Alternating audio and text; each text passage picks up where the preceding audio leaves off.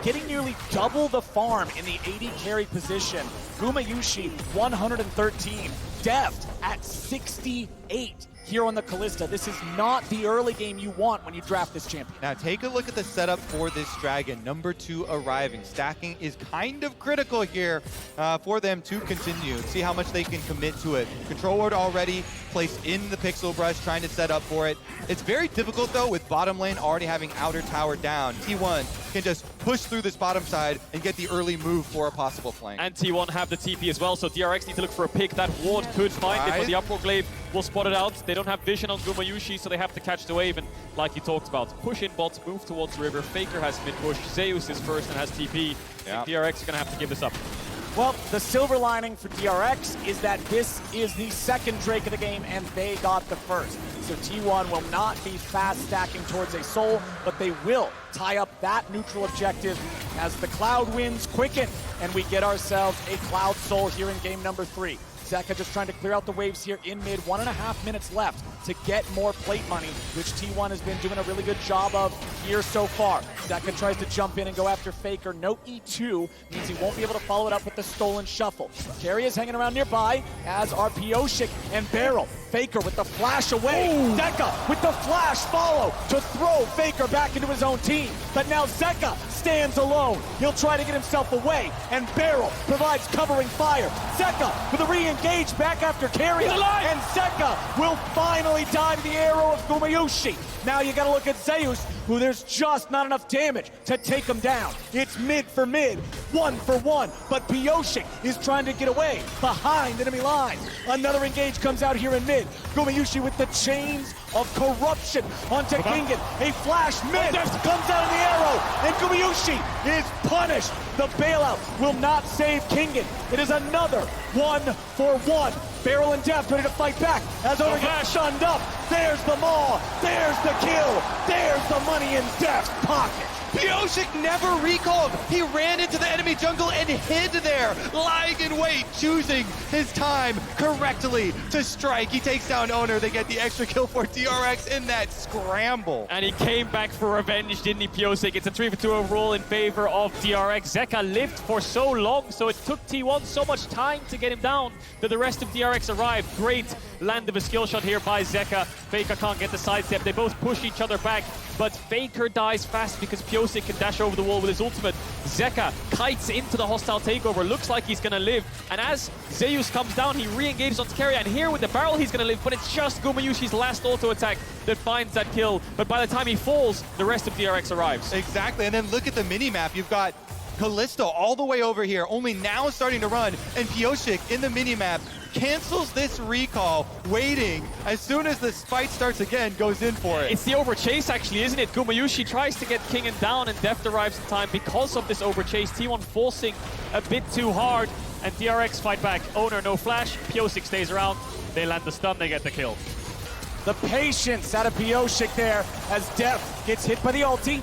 Has to retreat a little. Hostile takeover, a really good disengage. But Kingen and Deft still got to get the hell out of town. Pyosik and Zeka, in the meantime, have taken the second Herald of the game. Yeah, that was an incredibly big cooldown here. The flash off Gragas, the Gragas flash engage used onto Deft. They only got the cleanse. No kill secured for T1 there. And remember, Zeus is the last piece of this composition. He is the critical playmaker. It has to be the Gragas. And without the flash, those big surprise plays. Faker, no flash. Here comes the Ornhorn, finds the knockup. Zeka with a little bit of follow-up CC, but that turret standing at 2% health saves Faker's life. Yeah, Zeka didn't have the ult up in time to take Faker's, and I think he thought he was going to get pushed back if he went in. Don't know if he had information on Oner either, but they force Faker back, and their objective is the top tower, which they will pick up. So in these last few minutes, DRX have been winning the skirmishes, and these kills on Deft have negated the gold lead that Gumayusi had from the plates in the tower.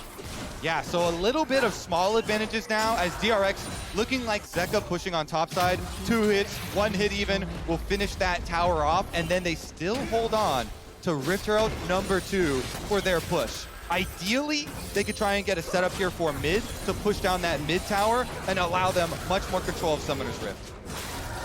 The Umbral Glaive on the Graves, obvious first item. They go for it every time.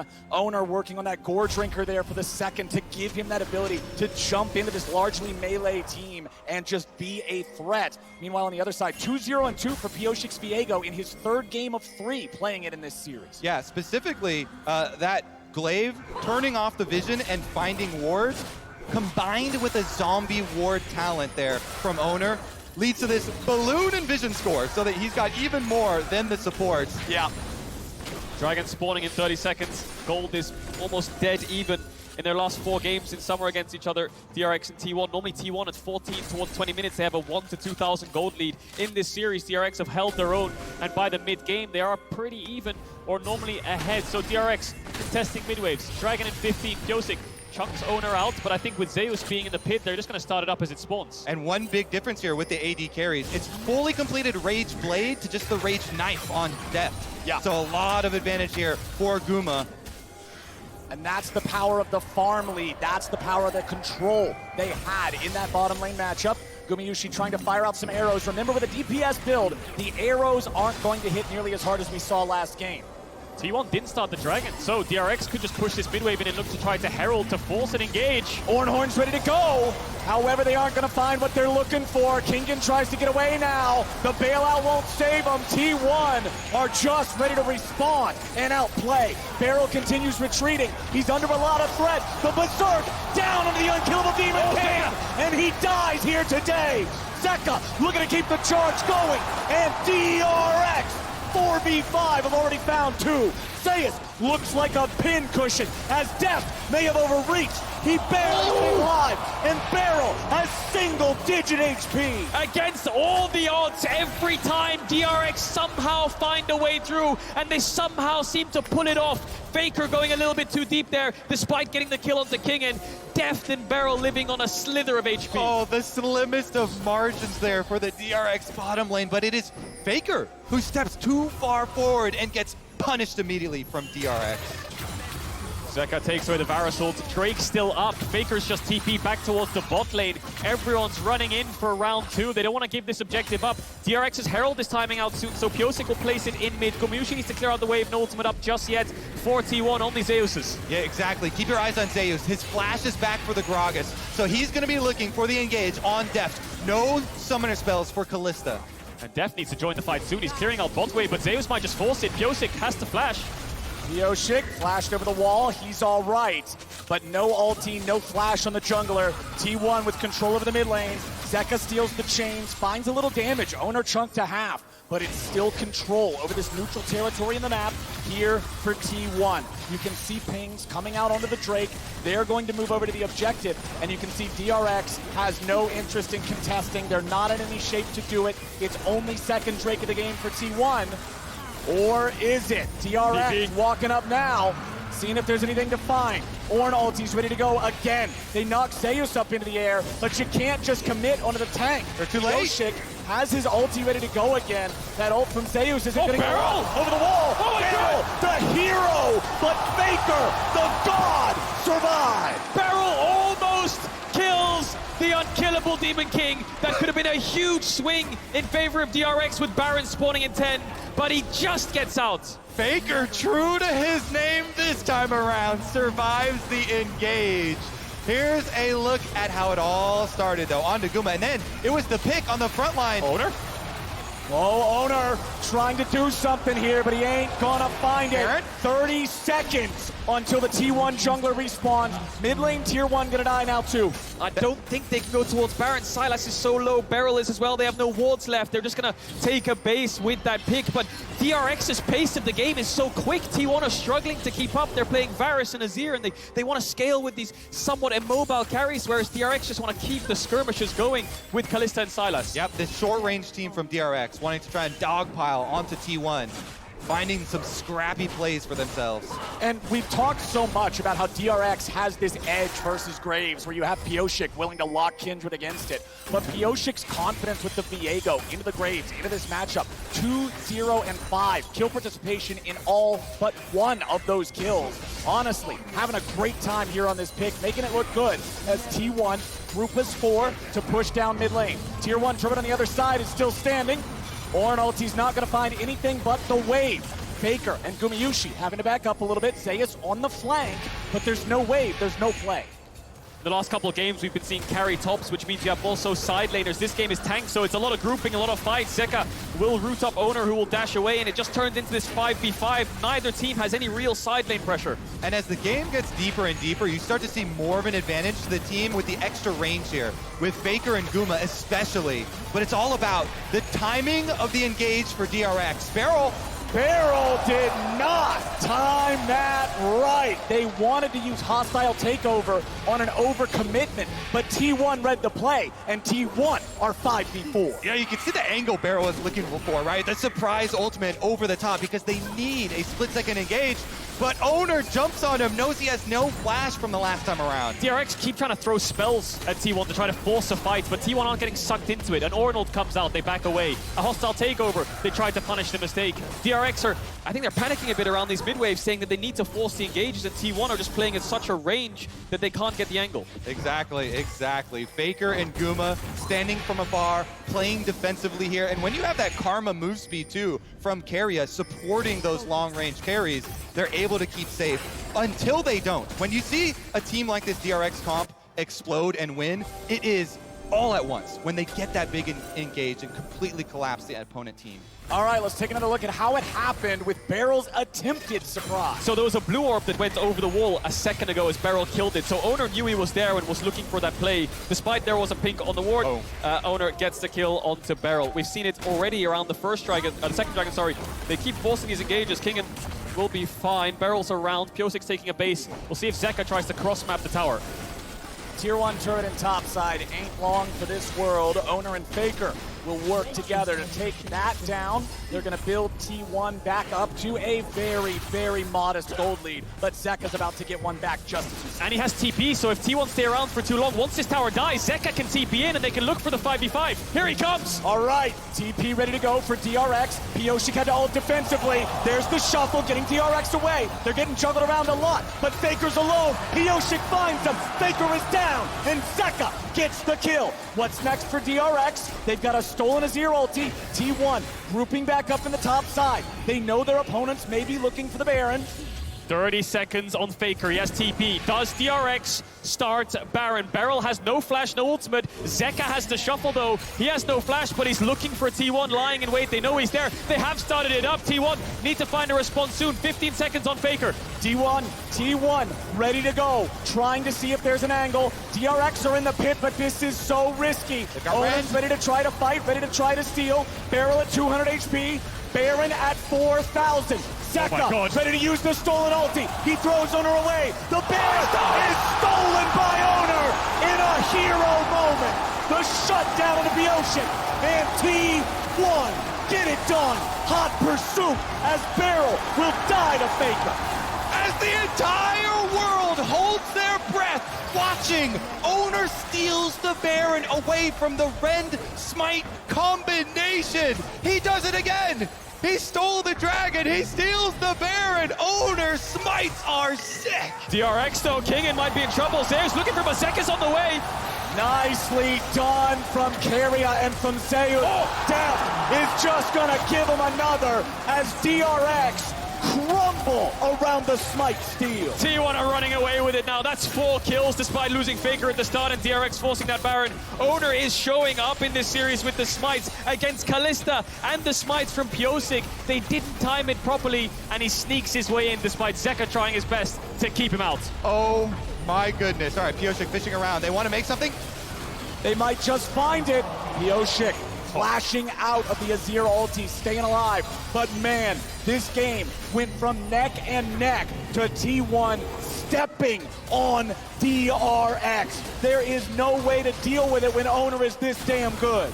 This steal from Oner could be one of the defining factors that makes him win his first World Championship. And it's similar to the one on Dragon. Zeka this time steals away Azir ult, he pushes him away, and he just flashes over the Azir wall, still gets in there. You always talk about syncing up the timing, picking a number with your Kalista. We smite and rend at whatever, 1500, 1800, but Oner gets in there right in between, flashing over the Azir wall, actually insane stuff under high pressure. A lot of people talk about if T1 win here, it's Faker's fourth, but it's also the first and the beginning of such a strong legacy for players like Oner and Zeus. Keria and Gumayusi so young with such a long career ahead of them. This could be the first step in being so dominant and staple names in League of Legends like Faker. And I love that story so much because T1 trusted in their own amateur program, in their own youth programs, bringing up these players. But DRX is ready to go. Kingen with the ulti. They're going to look for Gumayusi, but they're going to find Zeus. Half HP here on the Gragas. They fall back to the ruins of the tier 2. T1 confident to hold their lines. DRX's engage fails. They will protect their tier 3 turret, but just barely. And another wave is on the way. Yeah, Baron buff wave coming in. Summoners blown from Gumayusi, but no ultimates left. Zeka needs to take a Gragas ult or something along those lines if they want to fight this. Giving it up is not the end of the world either. Takes the Varus ult. Does he decide to throw it out, or does he hold on to it till the next couple waves come in on mid lane? Bot and it falls.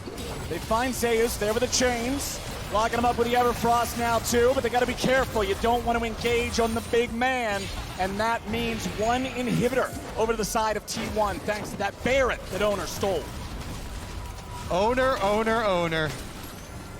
Funny origin with his name as well. When he joined T1 and was brought up through the program, he had so much respect for the T1 organization. He wanted his name to be Oner, like T1. But everyone just started calling him Oner instead, and that became his name. Full respect, full commitment to this organization and really paying them back. Definitely owning this game as well, despite a couple of hiccups in the early to mid game, and Pyosik getting the better hand. That one smite just turned the entire tide of the way the jungle role has been playing out. Now the siege will come in through top. The next objective for T1 is this tier 2. Pyosik getting caught on the recall. Oh, Pyosik, I don't think this is where you should be, buddy. Zeus on the chase. Ult. Pyosik still trying to get away. Juggled back by the Gragas ulti. And it should be nothing but the cleanup here. Faker gets a kill. 5v4 for 40 seconds for T1. T1 will break open this top inhibitor. You have to imagine DRX could use the Ornal to try to clear out the wave because there's no more Baron buff. And this tier 2 will fall. How much will they press the advantage? So with that numbers down for DRX, 25 seconds left on the Viego.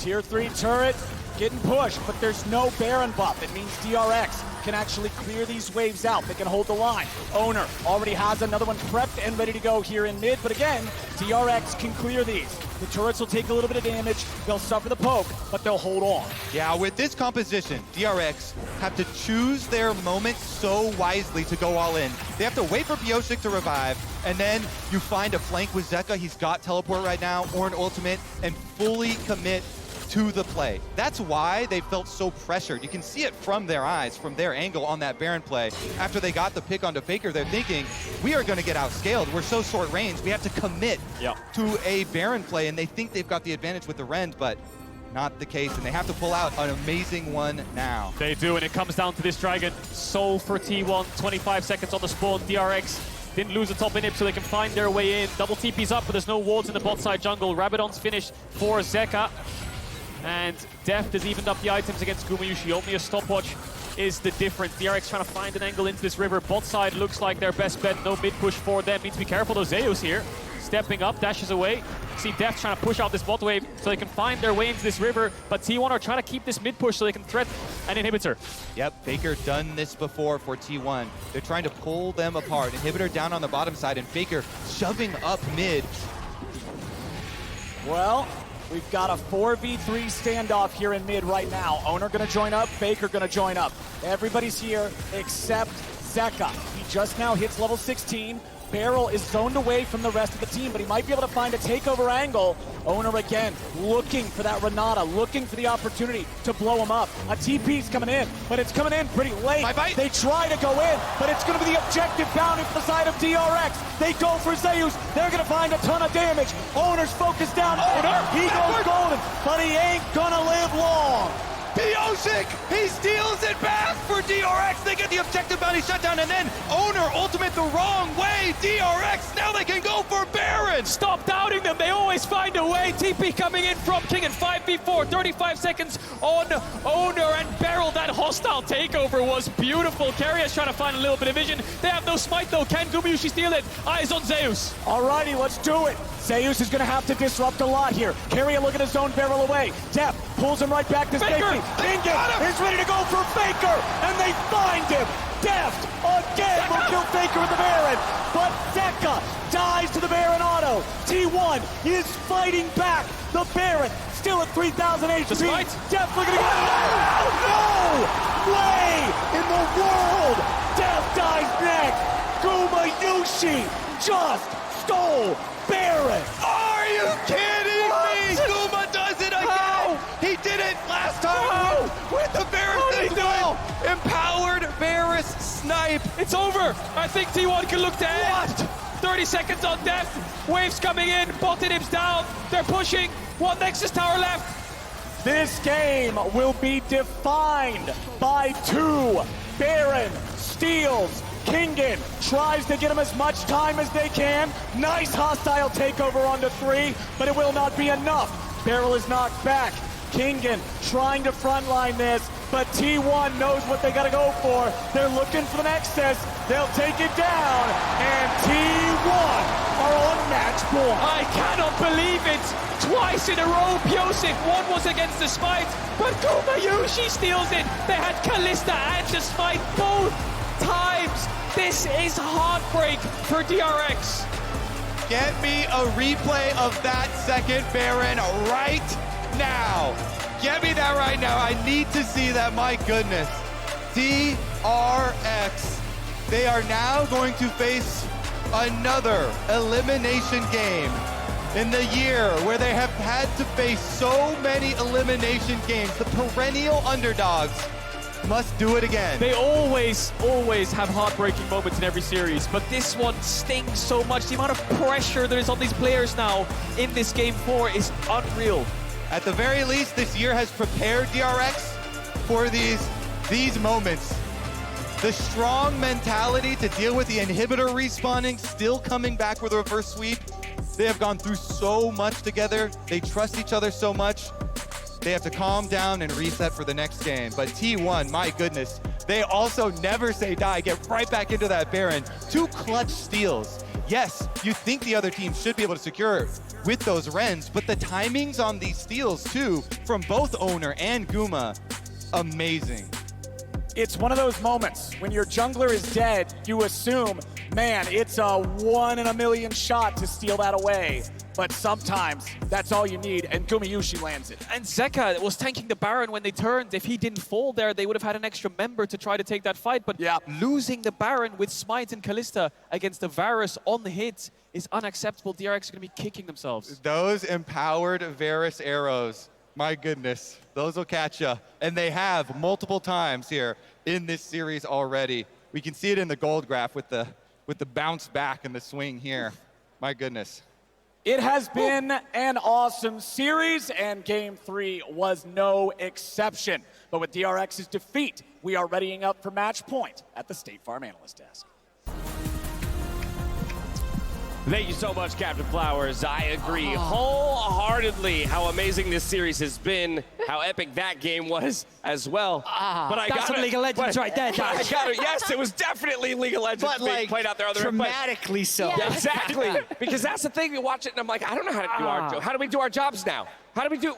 That's cool. I got a How do you droid thing. I'll do it. You got. all right. You help make it make sense. Give me the Thaddeus. droid thing. All right. So when we look at this initial Baron play, right, the important thing to recognize is the current map state. Because when we look at the top side of the map, we can see a large number of people heading up towards here. The ultimate has already come across to the side. And initially, this is looking like a pretty promising fight for T1 that ends up going in the favor of DRX. So let's start rolling out the clip now, and let's see how things pan out. So because Faker gets isolated on the side, he's going to end up dropping. And with the numbers advantage, DRX are seeing a window of opportunity to force the first Baron. And this is really one of the big break points with which DRX can run away with the game. But as long as T1 members are alive, that is one of the scary things that DRX have to be cautious of. Now, you'll notice as well on the backside, Zeka's going to try and flank, create pressure on the side, but Beryl's already being forced away. They're being funneled into the back of the pit, and then this gives Owner access into the Baron itself, which means that with the smoke screen being thrown down and Zeka doing his absolute best to keep him out of it, flash in, smite, and the smite doesn't actually come out from Pyosik. So the moment that the Rend is popped, that synergy needed to be there, and all he really did was set up the Baron for Oner to come and steal it away. And I gotta believe that's what Kadro means when he talks about them. They're gonna kick themselves for that because you're the ones with the Kalista. Exactly. You pick a number, you say to smite Rend, and either they rended too early or they didn't smite on the number. This next one, though, it's a little bit of a redemption at first because you think, holy crap, maybe they get away from this Baron going down by being able to get this. And critically, Oner also presses the ult in the wrong direction because his flash was buffered already for that. So he goes down, and now this is all the timing game for DRX. So the biggest thing is that they can stay alive long enough. So basically, T1 knows they don't have smite, so they're just trying to put as much damage down on DRX as possible. When Zeka dies here, it gives Guma a chance to just try and pressure them off the Baron. Look at how low it gets, but DRX thinks they're gonna die. The Rend comes out early, crucially on the second one. That was 1,300 health after the Rend, and then there was a smite, but he was dying anyway. So this one, I think, was actually more about the pressure of them getting forced. Weirdly enough, because there was no smite to steal. It's the first one I feel that is actually more what they should be kicking themselves over. Yeah, absolutely. I think the big, like, just not syncing it up in that first Baron. And to be fair, like, DRX, again, they're much improved from a lot of the things we saw in the LCK season.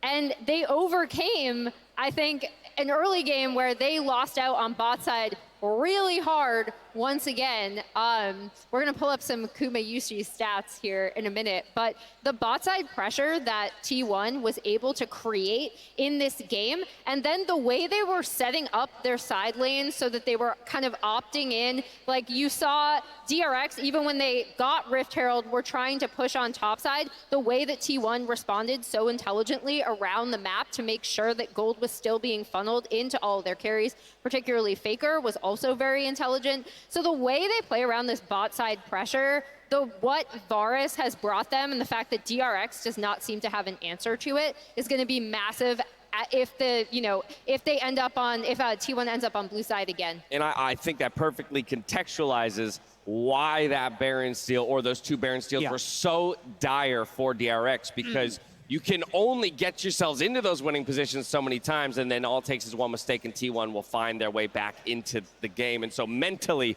I'm wondering how DRX is handling that. Red side wins are at such a premium. T1 won the coin flip, they get blue side at the first game. They had opportunities here to get the game on red side. I actually still think DRX has a high chance of forcing a game 5. From blue. But it's like, how much mental resilience can one team have? So many things all of feel it. like They have all of it. They have all of it. So if any team can bounce back from having 2 Barons when you have Kalista and a jungler in the pit not go their way twice, It's got to be. then win 2 games, it's got to be them, but they're also against Faker, so I don't know.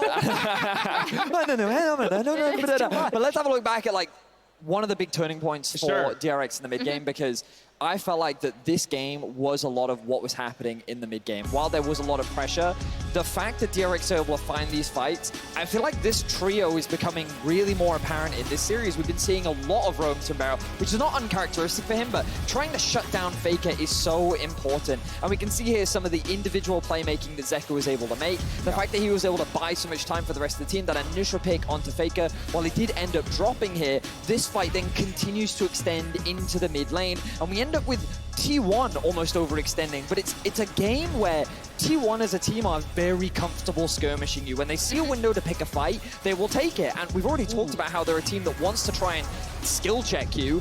DRX is answering them, and I think that's one of the craziest things that no one really expected of DRX throughout this tournament, because here in the finals, they showed it in the semis, they showed it in the quarters, they are happy to go toe-to-toe with you in these situations, and the second an ounce of aggression is shown, they will answer back.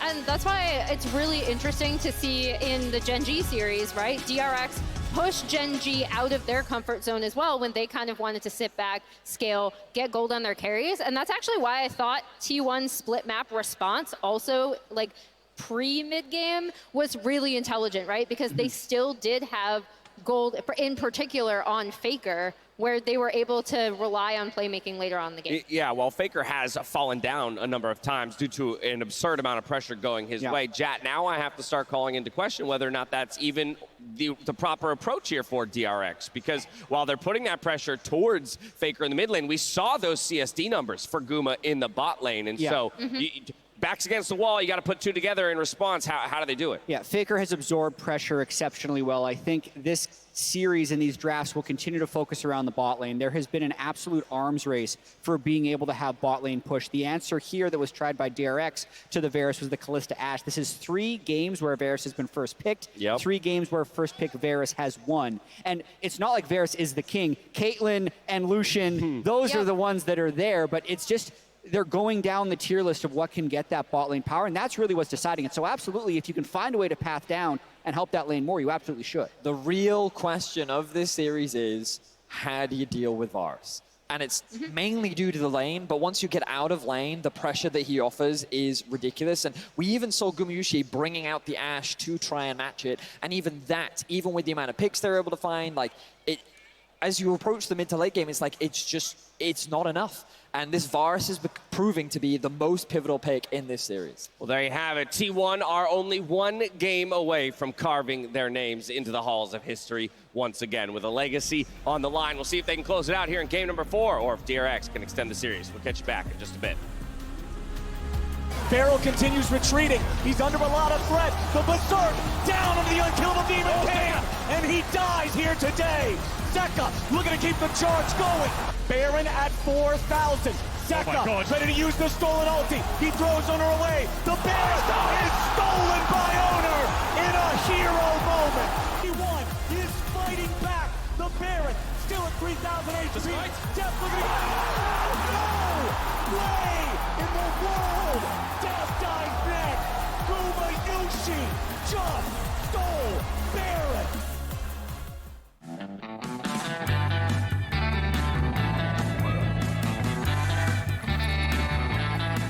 See the world now, baby, let's go.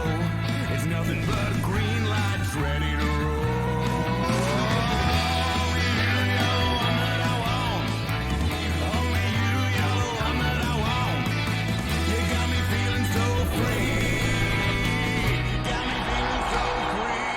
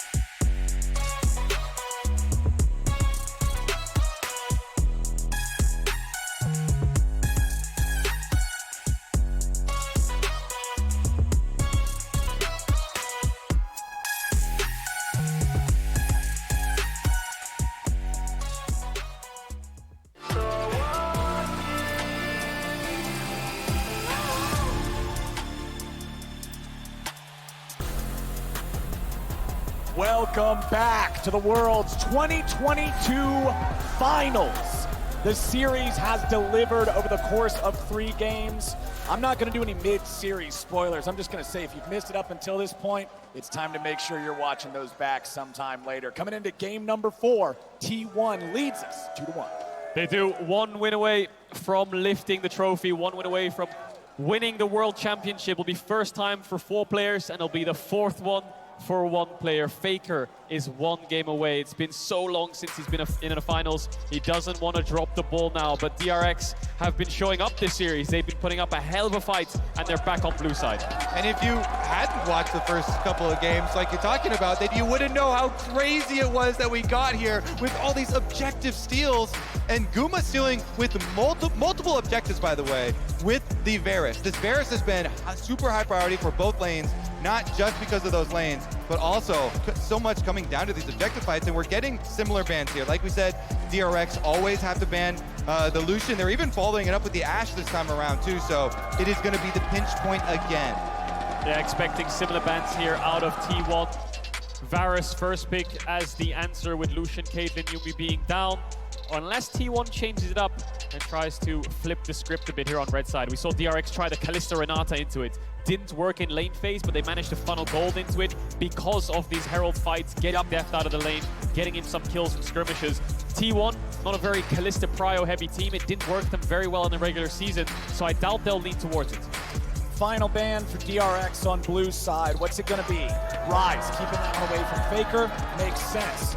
Now, what's the response from T1 here on the red? Do they ban the Varus that has been so dominant in this series? Are they going to leave up the Sylas Akali trade? Because DRX, with that Rise ban, they're trying to raise the threat of the Zeka Sylas, but Faker has loved playing the Akali into it for the kills early. Yeah, we'll see if he blinds it. I think if I was DRX's coach, I would say to Pyosik, and I would look at the games and think that he's a little bit nervous right now. Kindred would be a great pick here. Comfort is really key, especially with Pyosik struggling to get these smites down. Everything other than the smites was great. Viego looks good, but ultimate comfort here in a match point, I think Kindred could work. Also, then he could Kindred ult these objectives that keep getting stolen away and have an extra hand in trying to secure them. Wow. So T1's Okay. actually going to go for the Kalista. We've only seen Gumayusi's Kalista once this tournament, and they struggled in Summer Split to play really heavy towards it and dominate the lane as much as maybe they would like. They lean more towards hyper carries of the swords, and they're going to get the Sejuani that is open for the first time in this series. Flex for Zeus and Ona. And I love it when T1 pick Kalista because Keриa's got a deep, deep support champion pool. This could even be a support Sejuani. He has pulled out the support Nico with the Kalista as well for a different look at that lane. Renata is up as well. I think Kindred Renata here would be great comfort for DRX. We saw how powerful Barrel's Renata was, but they could just flip the script. Azir for Zeka. Is that going to be a lock-in? No way. With Sylas No way. and With Akali Sylas both Akali up, yeah, Renata no is a way. no-brainer. They don't want to give that over. We'll see what Keria matches into this Renata. Renata locked in next to the Varus. They're up against Sejuani, so they know that T1 will have a powerful front line. Sejuani is tied for most played champion by owners so far at this tournament. T1 love running this in the jungle, and DRX, they'll lock the Azir. The challenge has been thrown down to Faker. The gauntlet thrown down here. Are you going to play the Akali again? I think Akali or Sylas here would be great, but they might have to match support depending on what they're thinking in terms of pool. You know, Nautilus could be a good pick. Thresh, something along those lines that can pressure this lane. Blitzcrank as well into those champions. Looks really good if I think about it, but yeah, matching mid could be a no-brainer. Soraka. Keria. Okay. Versatility here. Soraka's poke in lane is probably the biggest underestimated part of the kit. When people look at this champion, you focus on the healing, but Keria plays it so aggressively along with that Kalista, it can be abusive. And do not underestimate the silence in team fights as well. This can completely throw off otherwise good plays. It's such a rare mechanic in League of Legends. It's hard to remember exactly how that's going to affect things. So now you're probably expecting DRX to ban away the Akali. You know, if Faker's not going to pick it up, that is a strong kill counter champion into Azir, and Faker has played so many of those games. They ban out the Victor first for the scaling option. Maybe they're thinking, looking at T1's draft, that T1 want some more scaling than that, you know, some control mage look from the mid lane. Yeah, the Sejuani will need some melee champions with her, whether she's top or jungle. I don't think Faker will struggle to find a champion here on 4. The Sejuani flex is what I'm really concerned about for DRX. Ooh. Your jungle pool's been pinched, and you have to blind top against Zeus. Aatrox is a good lean towards, but he'll pick something like Fiora or Yone again with Sejuani. It could be disastrous. So T1 holding all the cards right now in terms of counter picks as the last ban comes through for DRX. What's it going to be? Something like Akali or Sylas can work really well. Functions very strong with Sejuani jungle. Yeah, surprised they didn't double ban. Yone. They're covering the Aatrox. They're saying that we want to blind Aatrox here on 4. Now do they take it away, T1? Gotta or be. they lock in Faker's Akali? Okay, so I think you do blind the Aatrox here, and then T1 will answer with the Fiora for Zeus. Yeah, 100%. Unless they put the Sejuani top, but I think the matchup is that great in isolation as the game gets later and later on. You have to have a really valuable jungle counter pick, and Pyosik might have to dig deep here because he's facing a Kindred ban. Graves is up, but I feel like they need a little bit, maybe a melee champ here would be better. Something like Vi that can lock the Kalista down. So much pressure on them, and they know they're facing the Soraka team as well. Gonna have to deal with the sustain in these team fights. Maokai can lock the Kalista down as well. And it is going to be the Maokai jungle for Pyosik. There's the Fiora last pick as we expected. Triple melee top side. We haven't seen Maokai for a long time. We saw it in play-ins, we saw it a little bit in groups, and then it just fell off. Sprouts his head up here again in the finals in a must-win game for DRX. And he's good at locking down these mobile carries like a Kalista, like an Akali. He's also good at locking down a squishy target like the Soraka, but it's up to Pyosik to find those plays.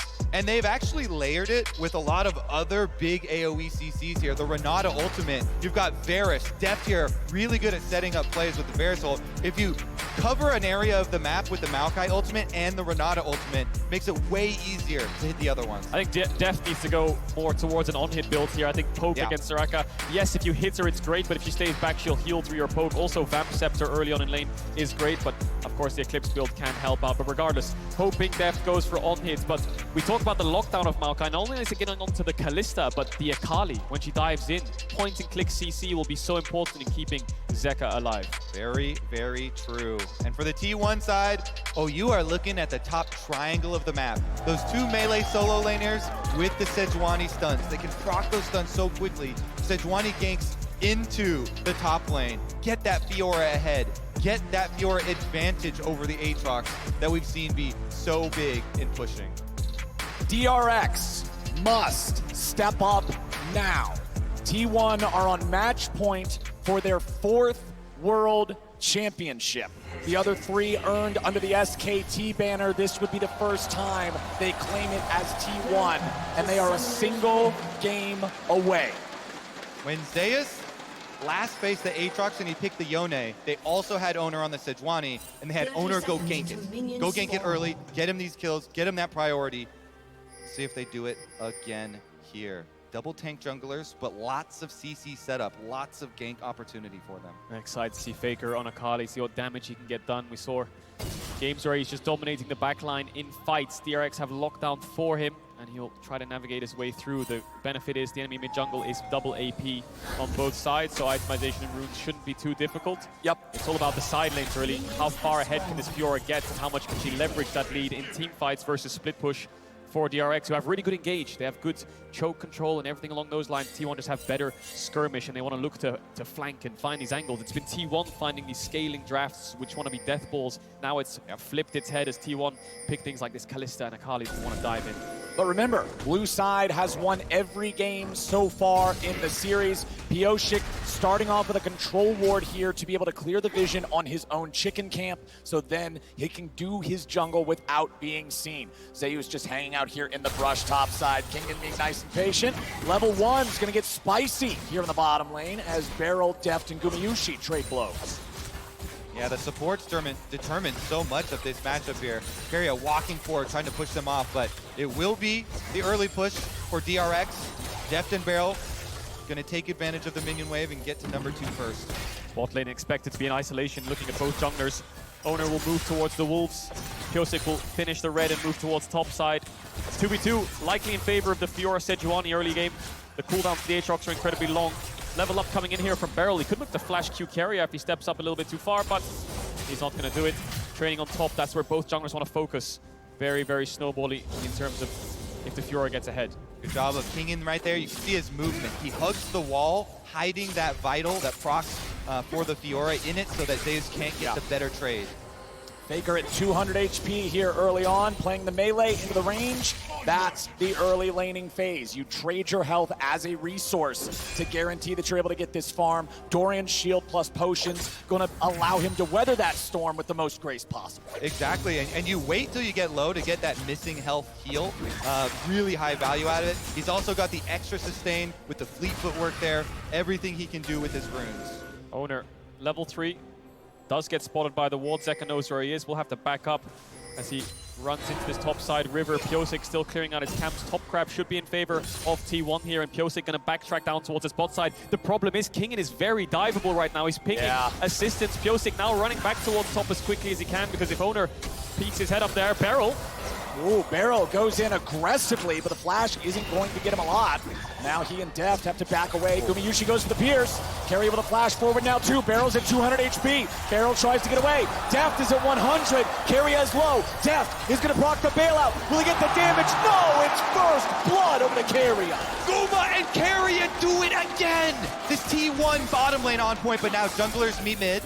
Junglers both here. Faker at 200 HP. T1 can't take it any further, but the T1 bottom lane, the return to glory after falling short at MSI, trying to reclaim that title of top bot lane in the world, and they're showing off 2v2. And they're showing off in the most important game of their year, maybe even their career, winning out on that bot 2v2. Guma and Carry have struggled so much throughout summer, with Guma taking bad trades or dashing too far forwards in lane, which just hurts their 2v2. But it's this time where they get the advantage up against DRX. I love to see the replay here, because I think Gumayusi dashes out of vision to stop Deft from getting the kill, and I want to see Carrier silence towards the end. I think he silenced Deft on his Q to get the kill. So Gumayusi and Carrier. Beryl doesn't get the connect. They then flash forward to look for Deft, who then responds to this flash.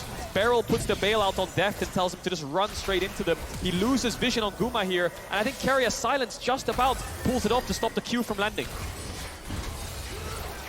Just barely, and Guma runs all the way around into the alcove, out of Fog of War. Can't see him anymore, can't finish it, can't get the bailout.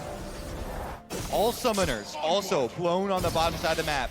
So you know there's blood in the water. As much as you really want to focus on the top triangle of the map, now bottom lane fighting this aggressively, so volatile with 0 summoners left, the junglers are attracted. Pyosik has flash. Could just flash root someone here. Needs the wave to go a little bit further forward so he can get in that second brush.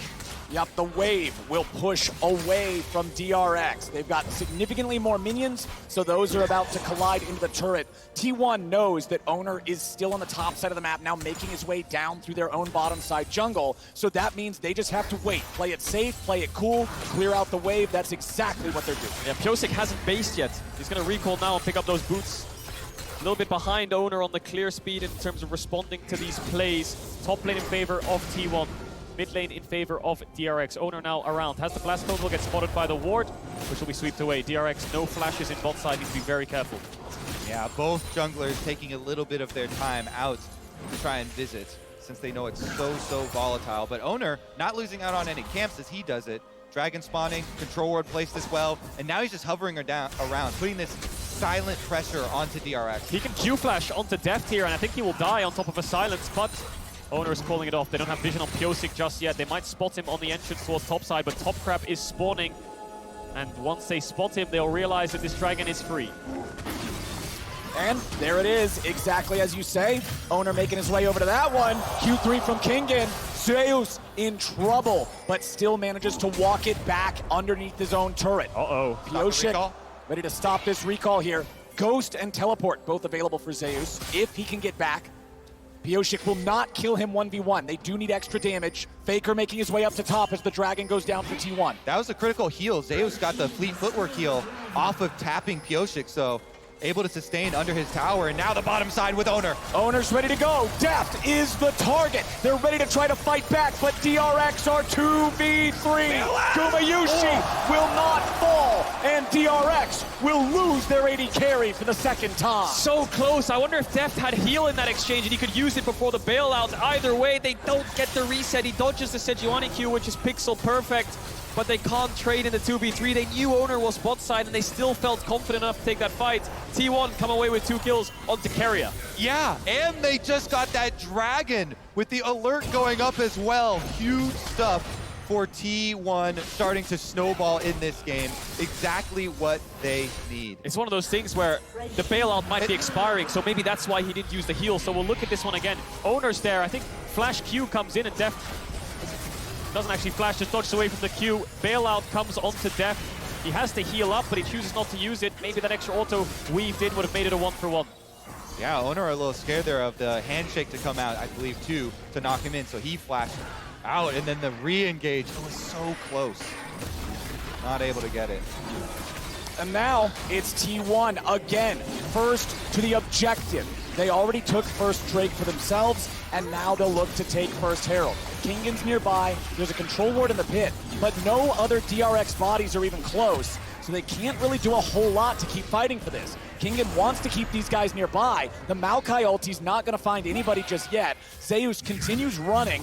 The little sapling, yes, he's enchanted by the brush, but he can't catch up in time. So T1, they get what they came for and they get back out. Now Zeus ready to issue a fight onto Kingan here with a grand challenge. Pyosik showing up to try to help them. They're going to try to turn it around right back onto Owner. He's low, but Carrion's here to make the difference. However, DRX will outplay. Kingan still looking to keep the fight going a little bit further, but he's got to be careful. He'll look for Keria. Q2 lands. Where's Q3? Flash coming out from Keria to stay alive. Kingan is playing this fight pixel perfect in the 2v3. Calls Pyosik to take it, even though they have a Soraka. Keria uses both summoners in that fight. Owner dies. That Q3 flash from Kingan was insane to turn that fight. Incredible stuff for him to be able to pull it out, and DRX needed that to get leverage back in this game as well on those support roam timers. Faker. Nice. Faker's all right. He's chilling. He's chilling. Good dodge, good dodge. He's still got it.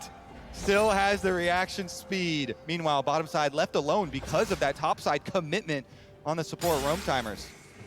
Yeah, Deft struggling in this 1v1. Faker was hovering down towards that bot side and trade really aggressively onto Zeka. Knows he doesn't have the shuffle, so he can afford to play so far up. The first play the DRX actually found success in was in this 2v3. They've been taking a lot of fights at numbers disadvantages. They've been arriving late to these objectives, but that one kill will help them out a little bit. Kingan lost his flash, so has to be very careful. Sejuani Fiora, a really good setup. Zeka getting a small lead in this lane.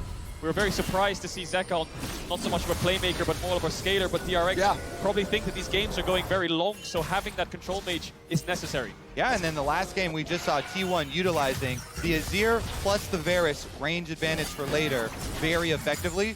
DRX trying to choose that one this time around, but T1 have very, very good flankers here. We'll see if they can get to the backside.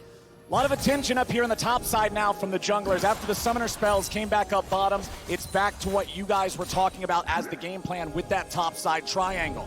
Now, the Rift Herald still has half the timer left. Remember, it's Zeus who picked it up, so it's not like Owner can walk this thing around anywhere on the map. As Beryl goes into the hostile takeover, it hits both, as Gumayusi could now be in some trouble. Deft trying to fire in a little bit more damage as the 2v1 dive goes out top. Zeus barely staying alive, but there's the kill. Pyosik gets away with a flash, and DRX are ready to go. The mechanics on both side lane plays from DRX were beautiful. Beryl preemptively hostile takeovers in Gumayusi's direction, knowing he'll use the Fate's Call, and then Kingan dodges that Fiora W to the side so perfectly. Both side lanes, a lot of fighting, and despite being behind, DRX are putting up a fight. And it means top side gets really far ahead here for Kingan.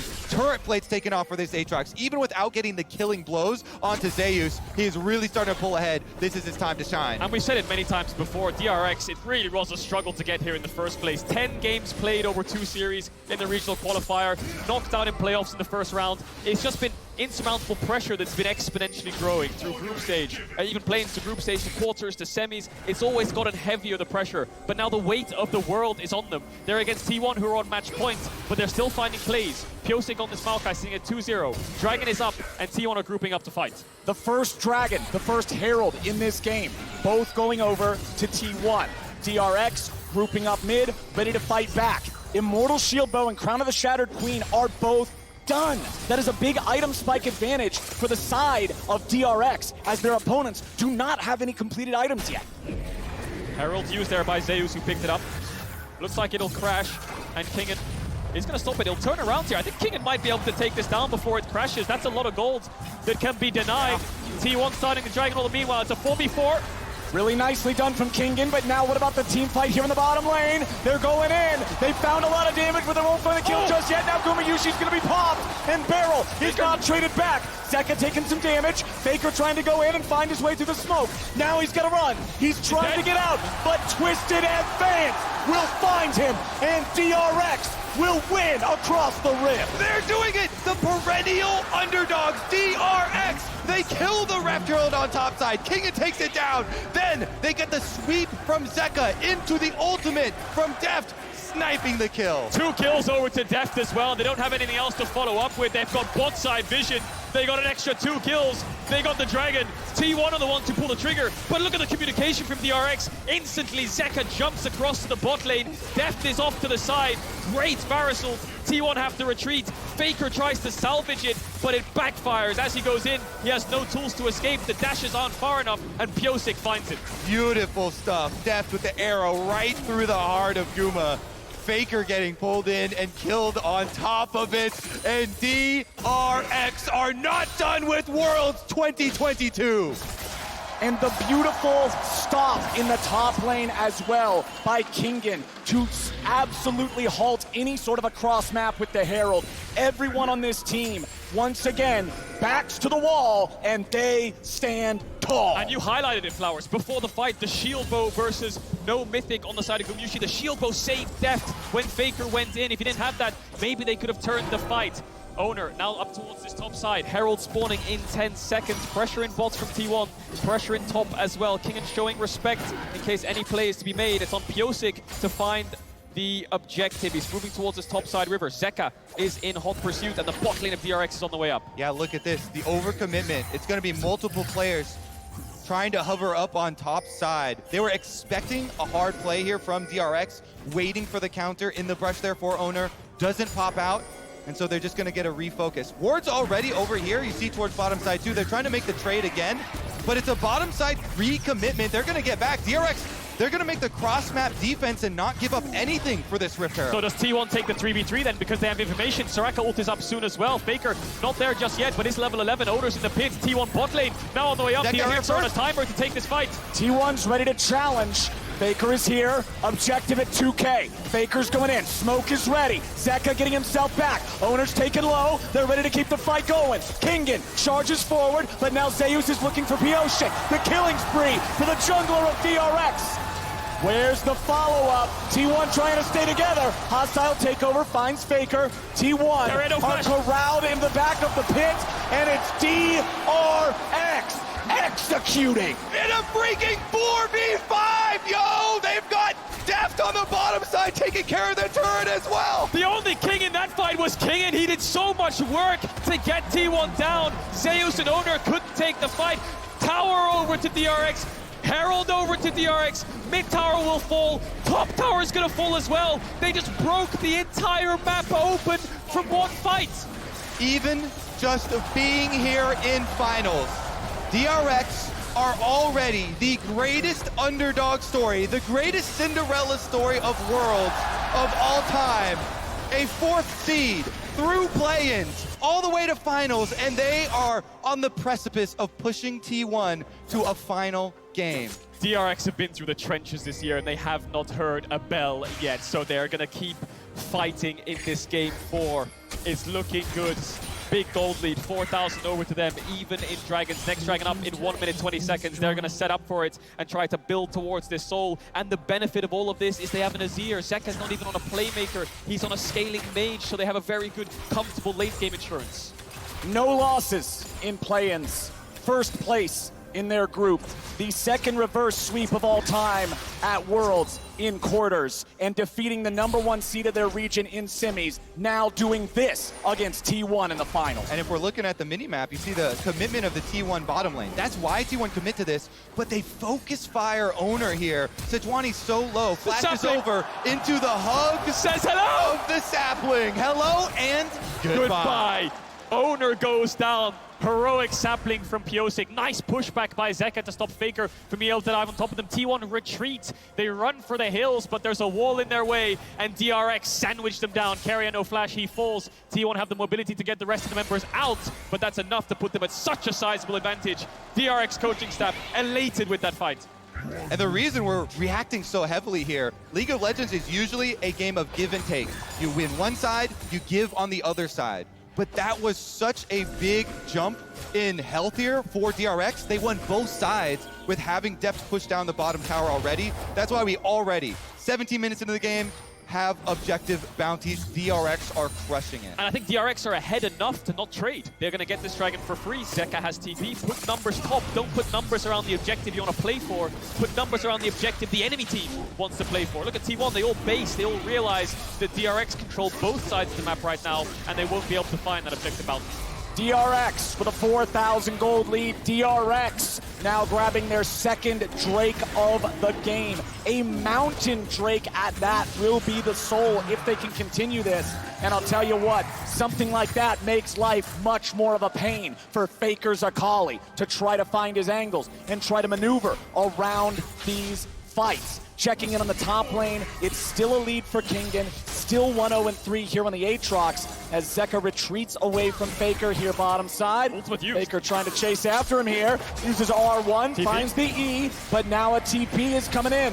Now the ulti's coming over from Maokai. Now DRX have found Faker. The smoke will not save him, and DRX 5v4 again. DRX kill Faker, and they're going to push down through bot lane. T1 are playing on 2 lanes, but the TP salvages that. They'll get this mid tower, but DRX will get the bot tier 2. More gold over to Kingen. More side lane pressure for this Aatrox. Zeus still yet to find his second item. DRX are collapsing. They're not even going to get the mid tower for T1.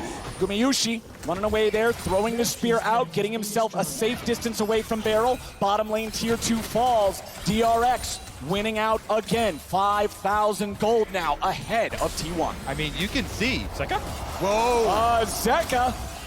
Goes over the blast cone, finds 2, but it might not be Zeka who's in for a nasty surprise. Carrier gets chased, Sejuani ulti on Zeka to get T1 away. You can see which of these two teams is feeling the pressure. And guess what? It's not the team that is facing match point right now. DRX controlling the map here, forcing some misplays from T1, some over-aggressive attempts to try and pull the game back because they know they're facing the outscale that DRX faced in the last game. They've got Azir, they've got the Varus advantage, they have the front line to work behind as well. And so DRX pushing in these side lanes, the map closing in around T1. They're running out of options, really, T1. Scaling is not really in their favor. It's more so the Fiora that is the scaling because she will win out on side lane against the Aatrox. But Kingen is so strong now. I don't think that scaling can even factor in anymore. They need at least 20 minutes to leverage that or even it out. So DRX will play with the Aatrox in bot, and they'll try to push out these waves with Kingen and move towards mid and threaten this Baron constantly to make T1 second guess themselves until they walk in to the waiting arms of DRX. Kingen has 2 completed items. Fiora has Divine Sunderer and still some pieces. It'll be a while before he's able to deal with that Aatrox. I want to see if T1 can go for one of these trailing split push plays, try and hide the Sejuani behind one of the split pushers and pick somebody off, because that's what you have to do, one of these surprise plays. Sejuani ult into melee champions, proc the stun, take away some of this pushing power of DRX, because look at them, they're playing the whole map right now. They are, and that's because of these pushing side lanes. Are they going to start up the Baron? Looks like they're thinking about it. Not sure if they can do this, though. No tank in the pit. I think Def's just going to hit it. Yeah. And it's the solo lanes of DRX with the push, and it's Kingen who finished, we talked about it, he finished last place last year in summer alongside Pyosik. Then he convinced Zeka, who was a very close friend of his, to come back from the LPL and join the LCK and join him in the ranks of DRX. And he took the gamble. He joined the last place team. Look at them now. World's finals, both having the side lane push, winning out in their respective solo laners. and they really want to threaten this Baron. Owner is in the vicinity, started up. The sapling will spot out the jungler of T1. He has no vision to work with. Keria trying his best to help out. No Kalista, it's a smite fight. It's time to overcome the demons of Game 3 for DRX. Maokai ulti flies out. Kingen and World Ender goes over the wall. Faker's lost half HP. Faker is nearly down. Hostile takeover over the wall. Wish from Soraka will heal the mid laner, but Maokai says no. DRX ready to fight back again as Zeus is going to be shuffled away. T1 tries to find the fight and they're finally going to kill Deft, but Kingen's still ready to fight over the side. Zeka getting chased. Barrel trying to protect. A beautiful handshake from Renata as Keria falls. T1, 2v3. Barrel may be the target, but Gumayusi is locked down. Gumayusi is executed by the sword of Kingen, and Owner is the only man standing wearing red. Guma does everything he can to keep T1 alive, but Kingen comes to collect. And he's looking for his crown, isn't he? He's putting the whole team on his back in these fights.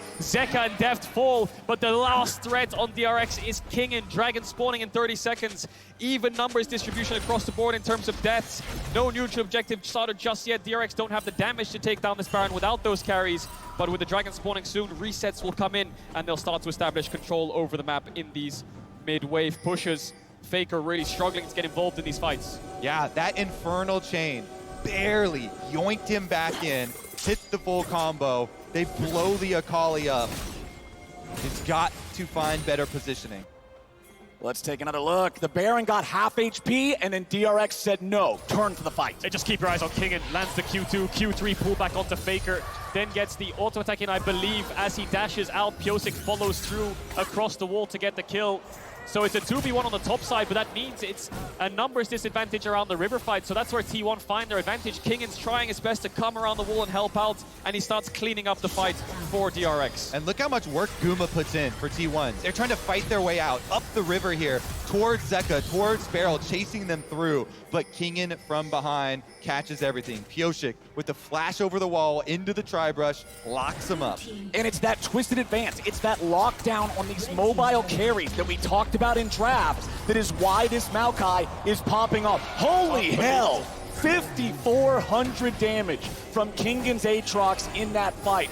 This is a man who wants Game 5. This is a man not willing to let this series end on 4. And this is a man leading the way for DRX. Maul completed as his third big item. DRX, now with their soul point status, has total control over Summoner's Rift. Kingen, he'll look for it. He'll only find Owner. Keria's nearby. He's trying to get away. He has to flash. Nice stun from Owner to stop Pyosik. Very big cooldowns here burned before this Baron attempt. DRX now retreating back into the vision that they do control. I think they might have to force this soon because Zeus is pushing bot. Kingen doesn't want to TP down there. He wants to force Zeus to TP up. So I feel like DRX need to make a Baron call soon, and they're going to do it. They haven't pushed in mid-wave, but Zeus will have to TP in. It's time to go. Objective bounty claimed, and now Zeus is ready to join the fight. Baron at half HP. Owner's trying to find his way in there. He Arctic assaults over the wall. He has no flash. There is no blast cone, but just the threat of the steal gets DRX off the Baron. They got double TP. They need to get back towards mid, clear out this wave, and then reset the map state. No TPs on T1 means their side lanes are going to struggle. DRX have the advantage on the globals. Exactly. DRX got what they came for. They don't care if they don't finish the Baron here. They don't want another crazy steal coming through. They want 2 teleport cooldowns, and they got both of them. I think the second Zeus shows himself in bot, they'll start it up again. But as I say that, they're just going to start it right now. Faker took the base. Keria did as well. It's only Owner that's around here. Kingen will jump over the wall here and start to zone him away. But it could only be Owner that they need. He did a miracle last time. Kingen wants to stop him this time. Baron at 3K. Owner goes berserk. He's locked down. The Baron for DRX. They did it! They kept him out this time! Everything thrown over the walls there. Owner can't get in, and DRX secure the Baron. And they'll use the Baron as a blanket to secure the soul. They'll keep waves in onto T1's tier 3 towers. Maybe they'll look for the tier 2 top if they want to play 4-1. But the Dragon Soul is what they'll look for. They're playing Fiora, Akali, Kalista against Mountain Soul. This is going to be really tough for T1 to find any avenue back into this game. The pathway is laid to the Prophet. The foretold game number 5 here. DRX so heavily advantaged now with Baron buff. You're talking about the instant reset, push outside waves, easily set up for Soul, and it is Mountain Soul as well. So good against Akali, so good against this T1 composition. T1 looking for a pick. They found Pyosik, but Zeka's right behind him. They're committing so many numbers down here to try to find something before the waves start to crash onto their towers. Zeus will get an objective bounty top tier 1, but the rest of DRX are running down mid and T1 are cut off. Kingan's going to spot them out in just a second. Do they take the fight? They'll try to stop them as much as they can. DRX is just controlling priority over the mid lane, getting that wave pushed up into the tier 3 turret. They've already taken half HP. T1 have now finally found their positioning again, but it may already be too late. The cannon minion's still alive. The cannon minion's still firing. The cannon minion kills the tier 3 turret. Zeus, in the meantime, is still top. He's taken out the tier 2. DRX, they're going for broke. They're going for anything they can find. The second inhibitor turret's going to be the target. Faker is now the target. They're trying to push all the way in. Owner's on full retreat. Zeus finally making his recall back into the base. DRX, 5-man push. Still looking for Nexus turrets. Gumayushi's gonna be caught. Kingan looks for him, but the Kallista's able to get away. Zeus wants to jump in. Zeka's still safe.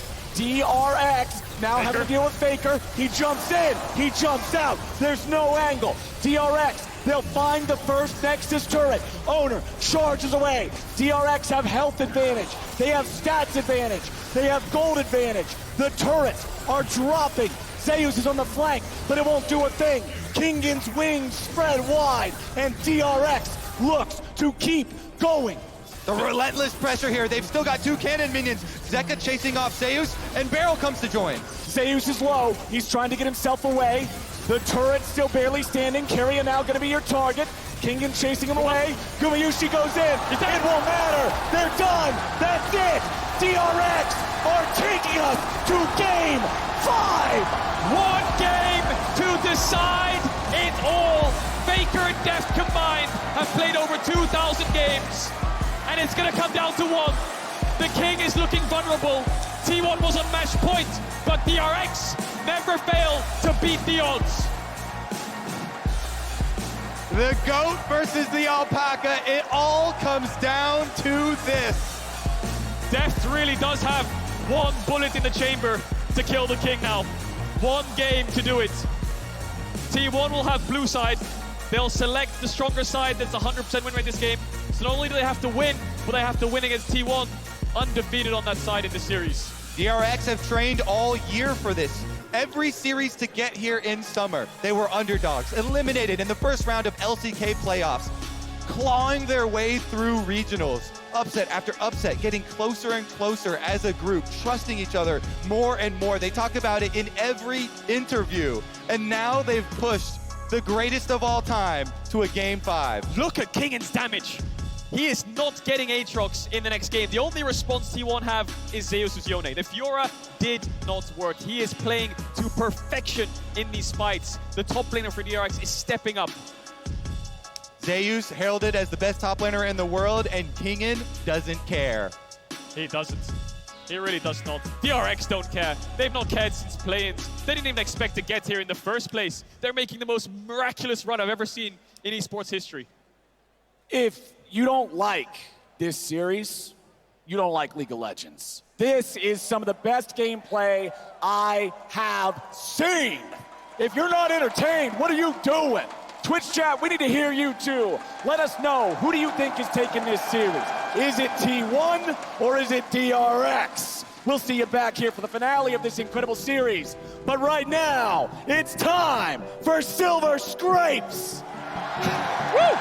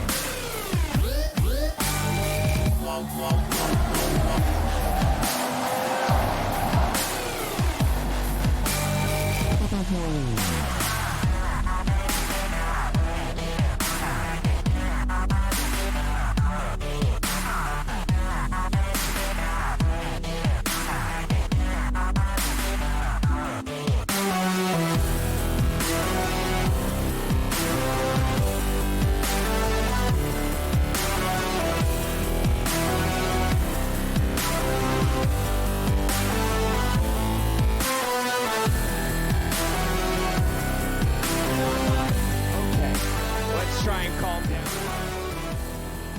What's up, everybody? Welcome back to the Chase Center here in San Francisco, where we are going to Game 5.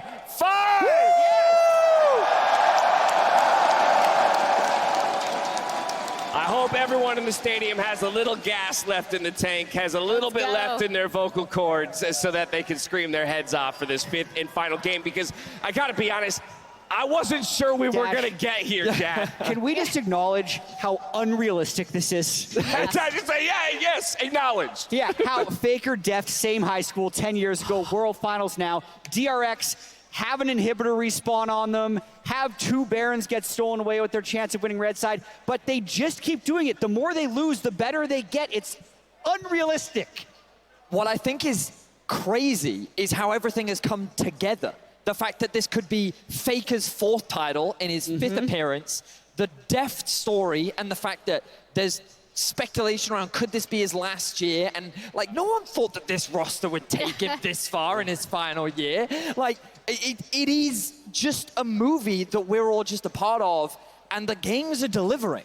It is constant back and forth. We are seeing both incredible league, sloppy league, we're getting all of it, right? And it's just a beautiful culmination to the year, especially being back in front of an arena after 2 years of finals where we haven't had that same opportunity. I'm glad you brought it to this DRX roster, because I kind of want to set the stage based on like expectations domestically, right? Because I was like messaging with Chronicler during the series, and I was like, I can't believe DRX are taking this to T1 in this game, but also they're doing it through topside and Kingen, which is not at all what we expected. Like, this team was not the worst in the LCK, but they were certainly not expected to be in a Worlds final. They were not expected to be able to play together this well, even going game from game. I'm sure Pyosik, there are a lot of comments about his game 3, and none of them are positive. And for him to come out on the Maokai pick in game 4,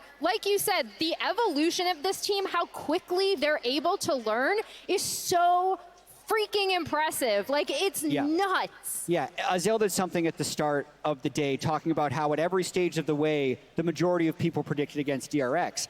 And there was a good reason for that. You can look at their performance in the series before and the team they're playing up against, and it always felt like the other team was going to win. Even in this one, the 3 of us analysts before the series all did think T1 was going to win this series. Myself as well. I'll jump in on that. All 4 of us did. And it's because you have Faker and the experience, and you have T1 with the undefeated Spring and how good they've been start to finish, and you have DRX, who didn't make playoffs in Spring, barely scraped into Worlds, yet, as Emily says, here they are doing it in such an unexpected way. Yeah, and I love that we're talking about the fact that this journey for DRX has always had accompanied with it this idea that they've been doubted. And so we asked the fans at home before we went to this commercial break who they thought was going to come away with game number 5. Much like we did at the beginning of the day for who would come away with the series, I'm curious to see if those numbers have changed. And they absolutely have. Top of day, this was a 66 to 33% vote from the fans at home. And now we've crunched it down to 52% in favor of T1. Still a slight edge for the winningest team in League of Legends history, but oh so slight. That's basically a coin flip. And again, that speaks to how much DRX has been able to push T1, right? In a way that, again, like, I can't stress, if you told me this DRX team, not only in the World's Finals, Game 5, but the way they're trying to take it to T1 is also by trying to outplay them mechanically is just absolutely, like, I would have been like, no, you're crazy. Like, you're wrong. And when we kind of take stock of the series, so far, Blue Side has won every single game. We've also seen Varus win every single game. But while we've put a lot of focus on that AD carry, the supports, I feel, have been so instrumental for both of these teams. Both Keria and Beryl are having a phenomenal series in the impact that they are having for their teams.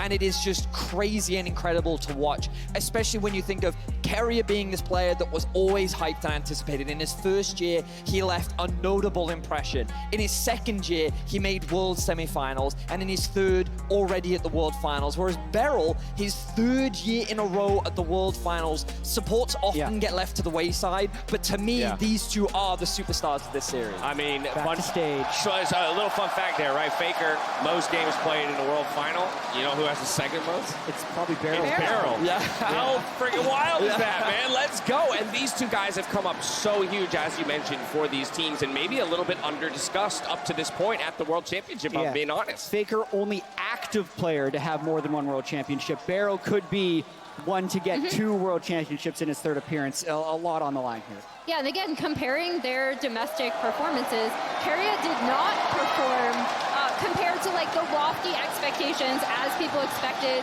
He came out and talked about how he'd been struggling with long COVID and COVID symptoms. And then Beryl has had a lot of ups and downs, but he's absolutely showing up at this tournament. Can you imagine being in the shoes of any of those players stepping on this stage right now? Nope. 20,000 people in this arena, and there is only one game between you and hoisting that trophy that sits center stage. And it's such a weird sense of pressure for both teams, because for T1, it's about returning to the pinnacle of League of Legends.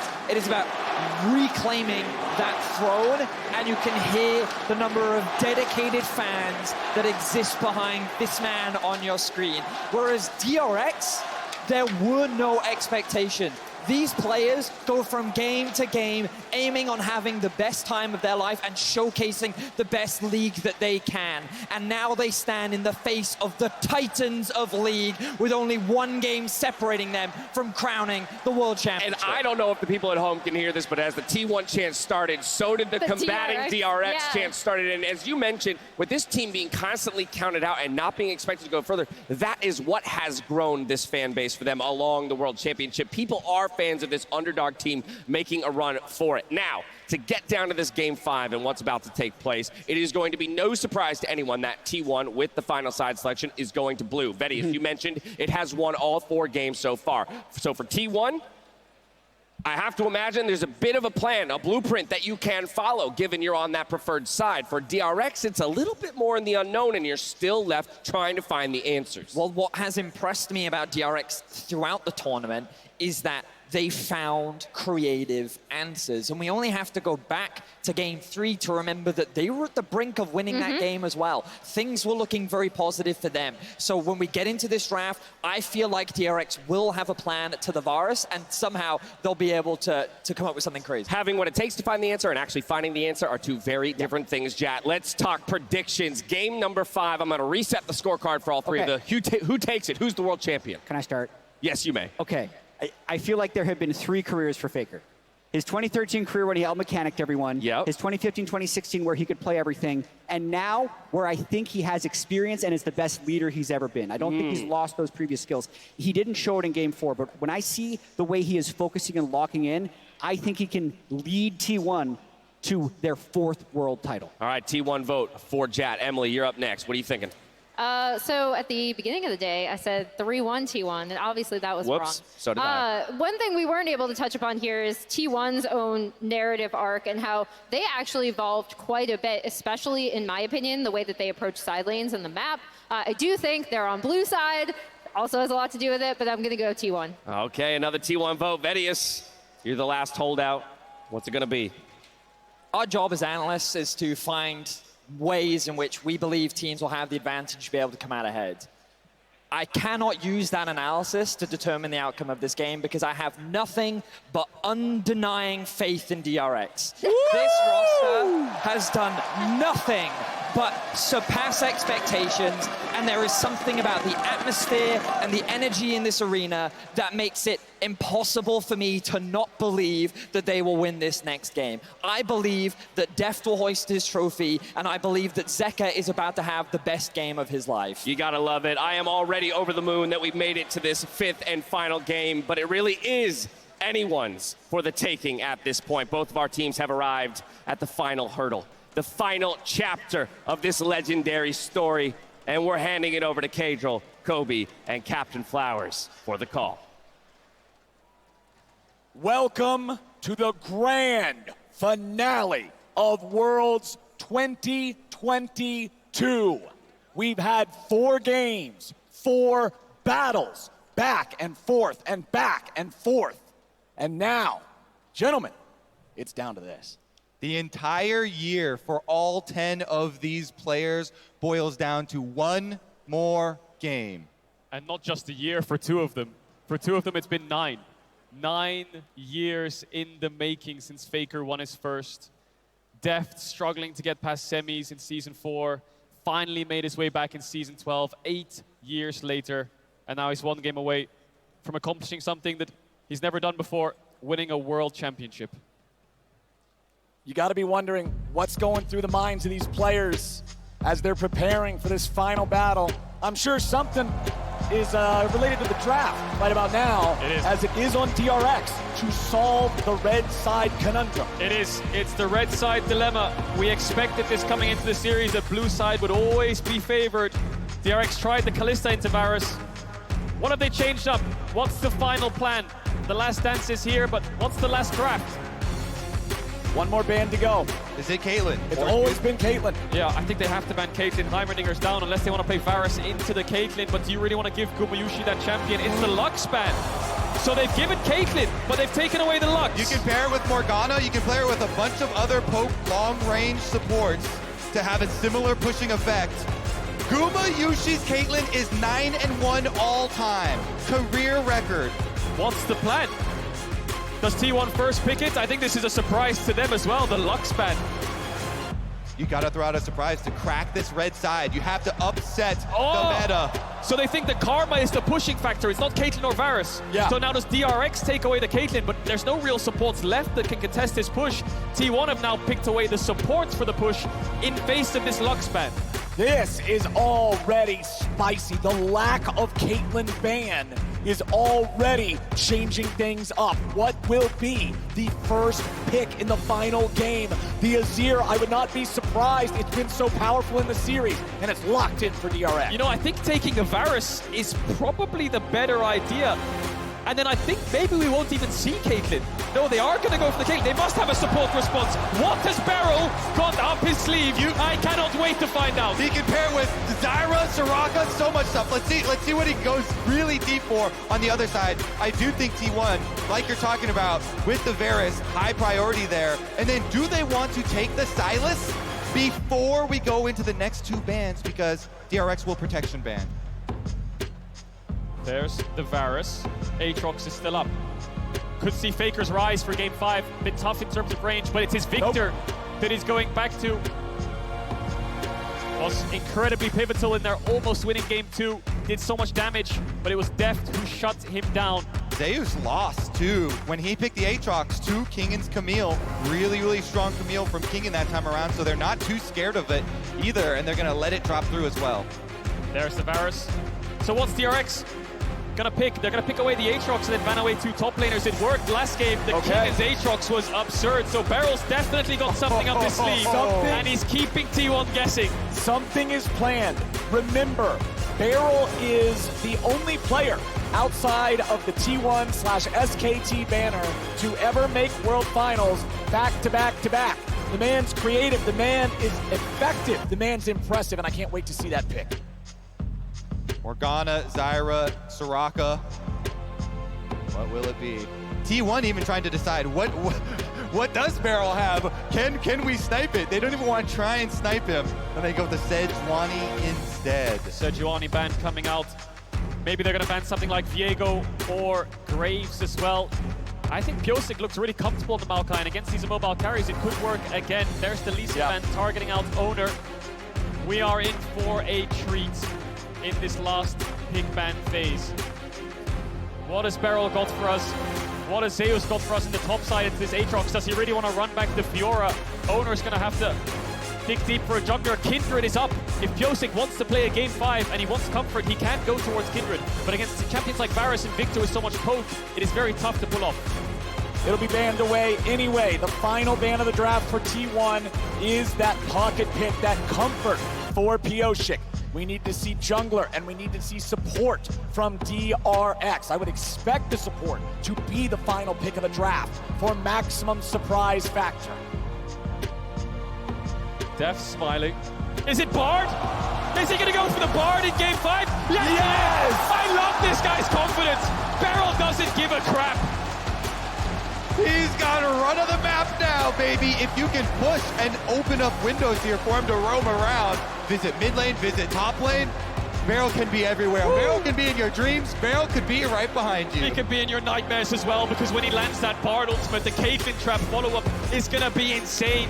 There's the Viego from Owner. Now Zeus, can you surprise us? Is it gonna be a Fiora, a Camille? Or does he have something else in store into this Aatrox? Gnar was one of his biggest comforts. Gwen GP could be another one. We saw the Fiora fall short just last game. Is he willing to run that back? What will he take into this matchup? Zeus has been such a powerful player, such a standout factor, such a game winner for T1 throughout summer, throughout this year, and it's Gwen into the Aatrox. Pulling the Gwen back out here. Let's see about the jungle pathing as well, if they can get up there. Those plus the support timings heavily influence that scaling. Gwen, if you can get to multiple items, what a monster. But here's the problem. T1 are very low on engage. They don't have a whole lot of ways to start the fight outside the chance of corruption. Hecarim for Pyosik. Both these teams have thrown everything out of the window. They've come in with different strategies. A little bit of comfort as well. Pocket picks a piece. It's the last game of the year. It's the last game of these players this year. And they're going to put all the cards on the table. DRX have drafted Caitlyn, Bard, Hecarim into these mobile carries. And Zeus has gone for Gwen to get advantage over Kingan in the side lane. This is it. This is your game 5 draft. This is T1 versus DRX. The Hecarim and the Bard of DRX going up against the Gwen and Faker's Victor yet again.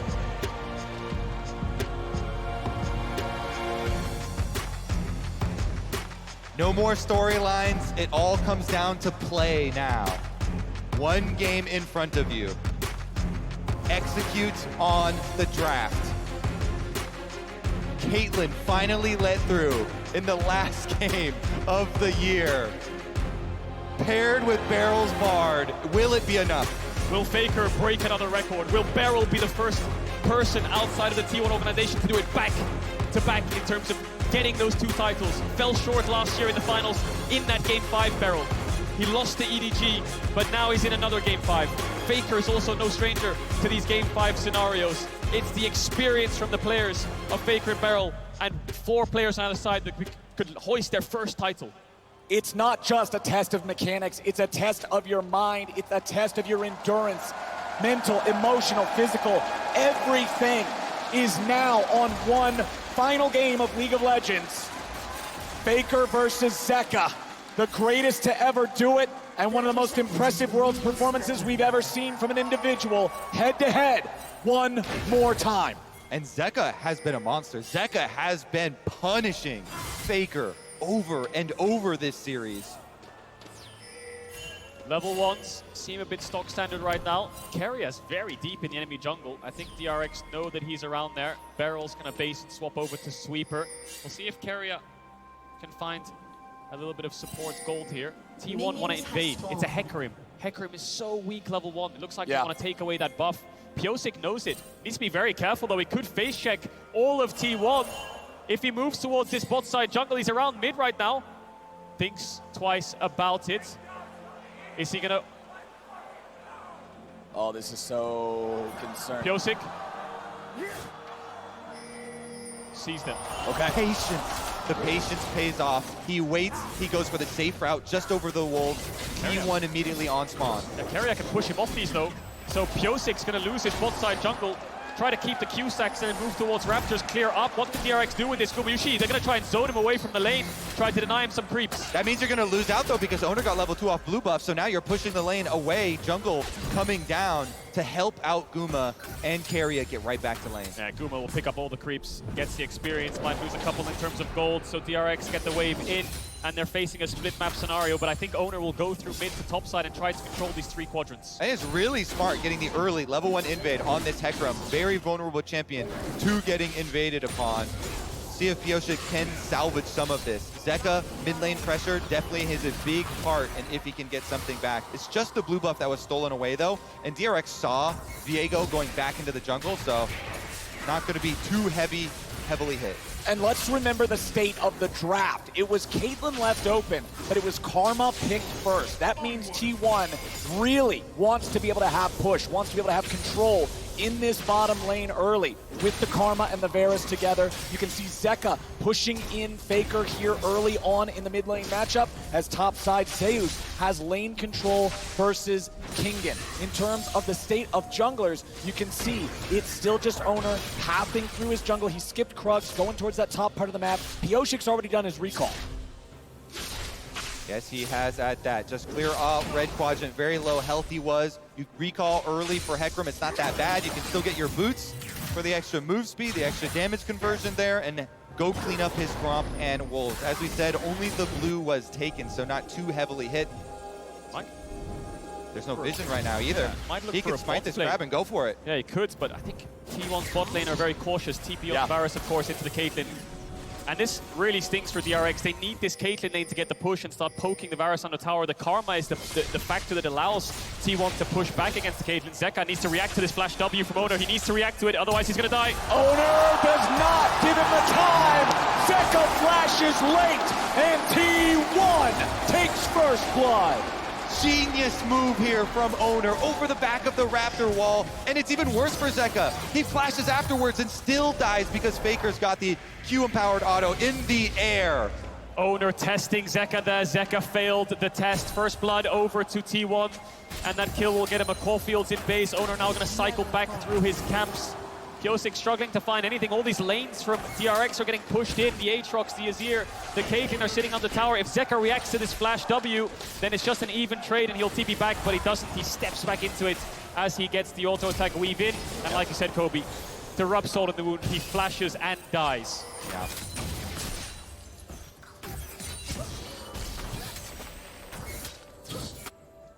Now for Pyosik, what can he get back? It's Owner first to the play. Owner first to get his team going ahead. This Hecarim, he knows he has a lot of gank potential. He knows that if he can find the angle, there's moves to be made. The problem is it's tough when T1 are playing right. Now Owner's coming around again. Zeka has no flash, but he's able to get behind the minions. He'll get out of this one, but Owner really trying to index towards Faker in this mid lane early on in game 5. Yeah, again, burning cooldowns, burning mana off of Zeka, taking away the safety of that vision, putting his own control ward right back up here so he can control this very important pathway here. Start up the dragon. They've got bottom lane pushing.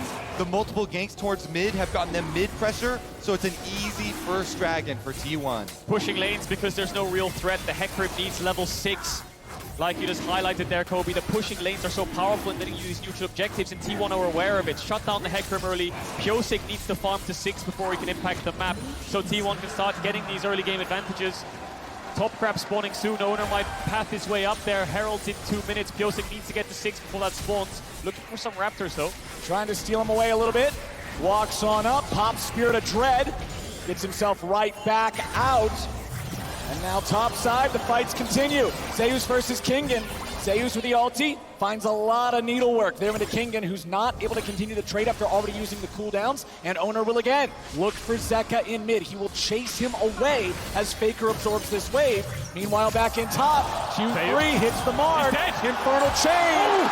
Solo kill for Kingen in the top lane. Best top laner in the world, who? 369 and Zeus is the discussion. Kingen's in the World Finals. He had an amazing game 3 and 4, and now in this game 5, solo kills Zeus. When the pressure is on, it's Kingen who stands tall.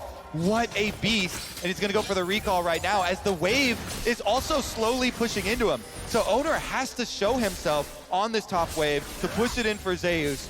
Such top lane difference here for Kingen. Back to back this Aatrox pick again. And this relieves so much pressure on DRX. Mid lane's been struggling, a lot of ganks towards there and focus from Owner.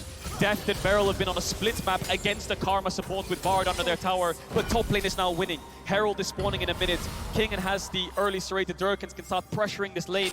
Zeus even had the counter pick here. Gets level 6 here, Zeus, and I think he tries to find the all-in, but Kingen gets a small trade off. They reset, and then on the re-engage, Kingen kills him. Exactly, goes for the minions, levels up, uses all of the needlework there. He knows Zeus has nothing left. The Ghost was already used here, so Kingen right on in, hits the Q3. Infernal Chain means he's dead. No way out. She turns right back into a doll and falls over as the Aatrox popping off here for DRX in the top side. Keeping this game nice and close. Still 3 minutes until the next Drake spawns, but Herald's gonna be spawning soon. T1 have controlled early objectives so well in this game, but Owner's also got his eyes on the bottom lane of DRX. Deft has no resources to work with, and he must take a recall. They're going to lose a couple plates here, DRX. T1, not only do they get the split map and the jungle invade, they also have TP on Gumayusi, so they get a free base. Deft struggling, Kingen is going to start up the Herald. It'll be a cross-map trade, but T1 are going to get so much from this play. Yeah, Kadriel, you were talking about Pyosik's level 6 and where is he gonna go? He's going straight to his winning lane with Kingen here. They started up on Vision, and again, T1 have made the call. They leave Guma pushing those plates on bottom. But they can't finish the Herald. They know T1's ready to contest. Baker's coming up now too. Pyosik, defensive ulti over the wall. Kingen with a World Ender. He's stuck inside the gravity well, but he goes forward. Baker dies. Zeka gets it. The shuffle to get the rest of them away. Carry has made his way up into the top side. Beryl goes for the flash binding, but he won't grab it. DRX get the kill, and they're back onto the Herald. My God, Kingen is playing out of his mind right now, up against T1. They're at a disadvantage from the get-go because Pyosik had to use so many resources to get out, but Kingen goes in. They secure this objective. They were supposed to in the first place, but T1 trying to fight them back, testing the waters in this topside river. And Zeka doesn't miss a beat. He follows him right back up with the Azir. Flash, pushback play with the ultimate. DRX secure the Rift Herald for themselves. They wrest control back. All bottom side though. Gumayusi with the level 6 versus level 5 advantage goes for the Chains of Corruption. Beryl getting away from Faker here as he retreats into the topside river. Faker will chase him as long as he can, but Beryl is already gone. Let's take another look at the Rift Herald fight. Okay, so this is the setup, and you see both mid laners coming over through the river. Because Pyosik goes on this run through the enemy jungle, has to ult all the way around the outside. Kingen then is the one who takes charge. Goes right at Faker. Zeka, no hesitation, follows him to finish it off, and then pushes out Owner and Zeus so they can refocus on that Herald. I wonder if he wants to push them in instead, and he's trying to finish off Faker as he dash forwards. Nevertheless, they get the kill, and they get the Herald. Kingen landing all the sweet spots on that Aatrox, moving back towards the top. Dragons up in 40 seconds. Beryl, of course, we saw off screen. He missed the flash Q like you highlighted, Flowers, and now he needs the level 6. They have the Herald if they want to brute force through a lane, but I feel like they need to repay Deft in this lane disadvantage with the Herald. And I think where he goes with that level 6 you're talking about is straight at Faker. That is a no flash victor now after the last play. So Bard ultimate is prime. The Drake in 20 seconds. The first one already in T1's pocket. You can see them trying to maintain control over the bottom side river. Beryl gets a stun into the wall on Keria to even out support health bars, but it's Pyosik being found by Owner here in the river. He's got to retreat. Viego's going to take care of him there in that 1v1. And with the enemy jungler half HP, T1 has control over the river to start the Drake. Now there is a control ward for DRX. They're going to see what's going on here. So Owner drags it outside the wall where there is no vision, but he does not have the confidence to stick around. DRX is still willing to contest this. Kingen is the only reason they can contest this. He pushed in top all the way and he's moved towards mid. T1 wanted to start it up, but the Aatrox was collapsing down. Now in this 5v4 scenario, DRX will start it up. Zeus has TP. Kingen can TP back top though. Exactly, it's a beautiful plan. They can make the play on Dragon, force 5v4, and then just have Kingen teleport back to his top turret. Well, the Dragon's low. Owner's coming in. Is this going to be another steal? Beryl will block it with the CC. Beautifully buffered from Owner with a Heartbreaker to escape the Bard ulti. And that's DRX tying up the neutral objective count. Kingen here, gonna go for the recall to purchase, and then go back to top side. Because the wave already dealt with here at the tower from Zeus. Cannon minion moving in. No flash on Faker. Pyosik has the ult. Zeka has the shuffle. He's not going to get the angle just yet.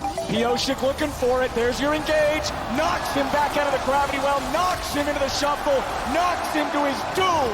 And Zeka gets the kill. But now he's going to run. Remember, there's no ulti for Owner, but he's still going to grab the kill. 1-for-1 on mid laners as Zeus wants to run down Pyosik. Owner's ready to go.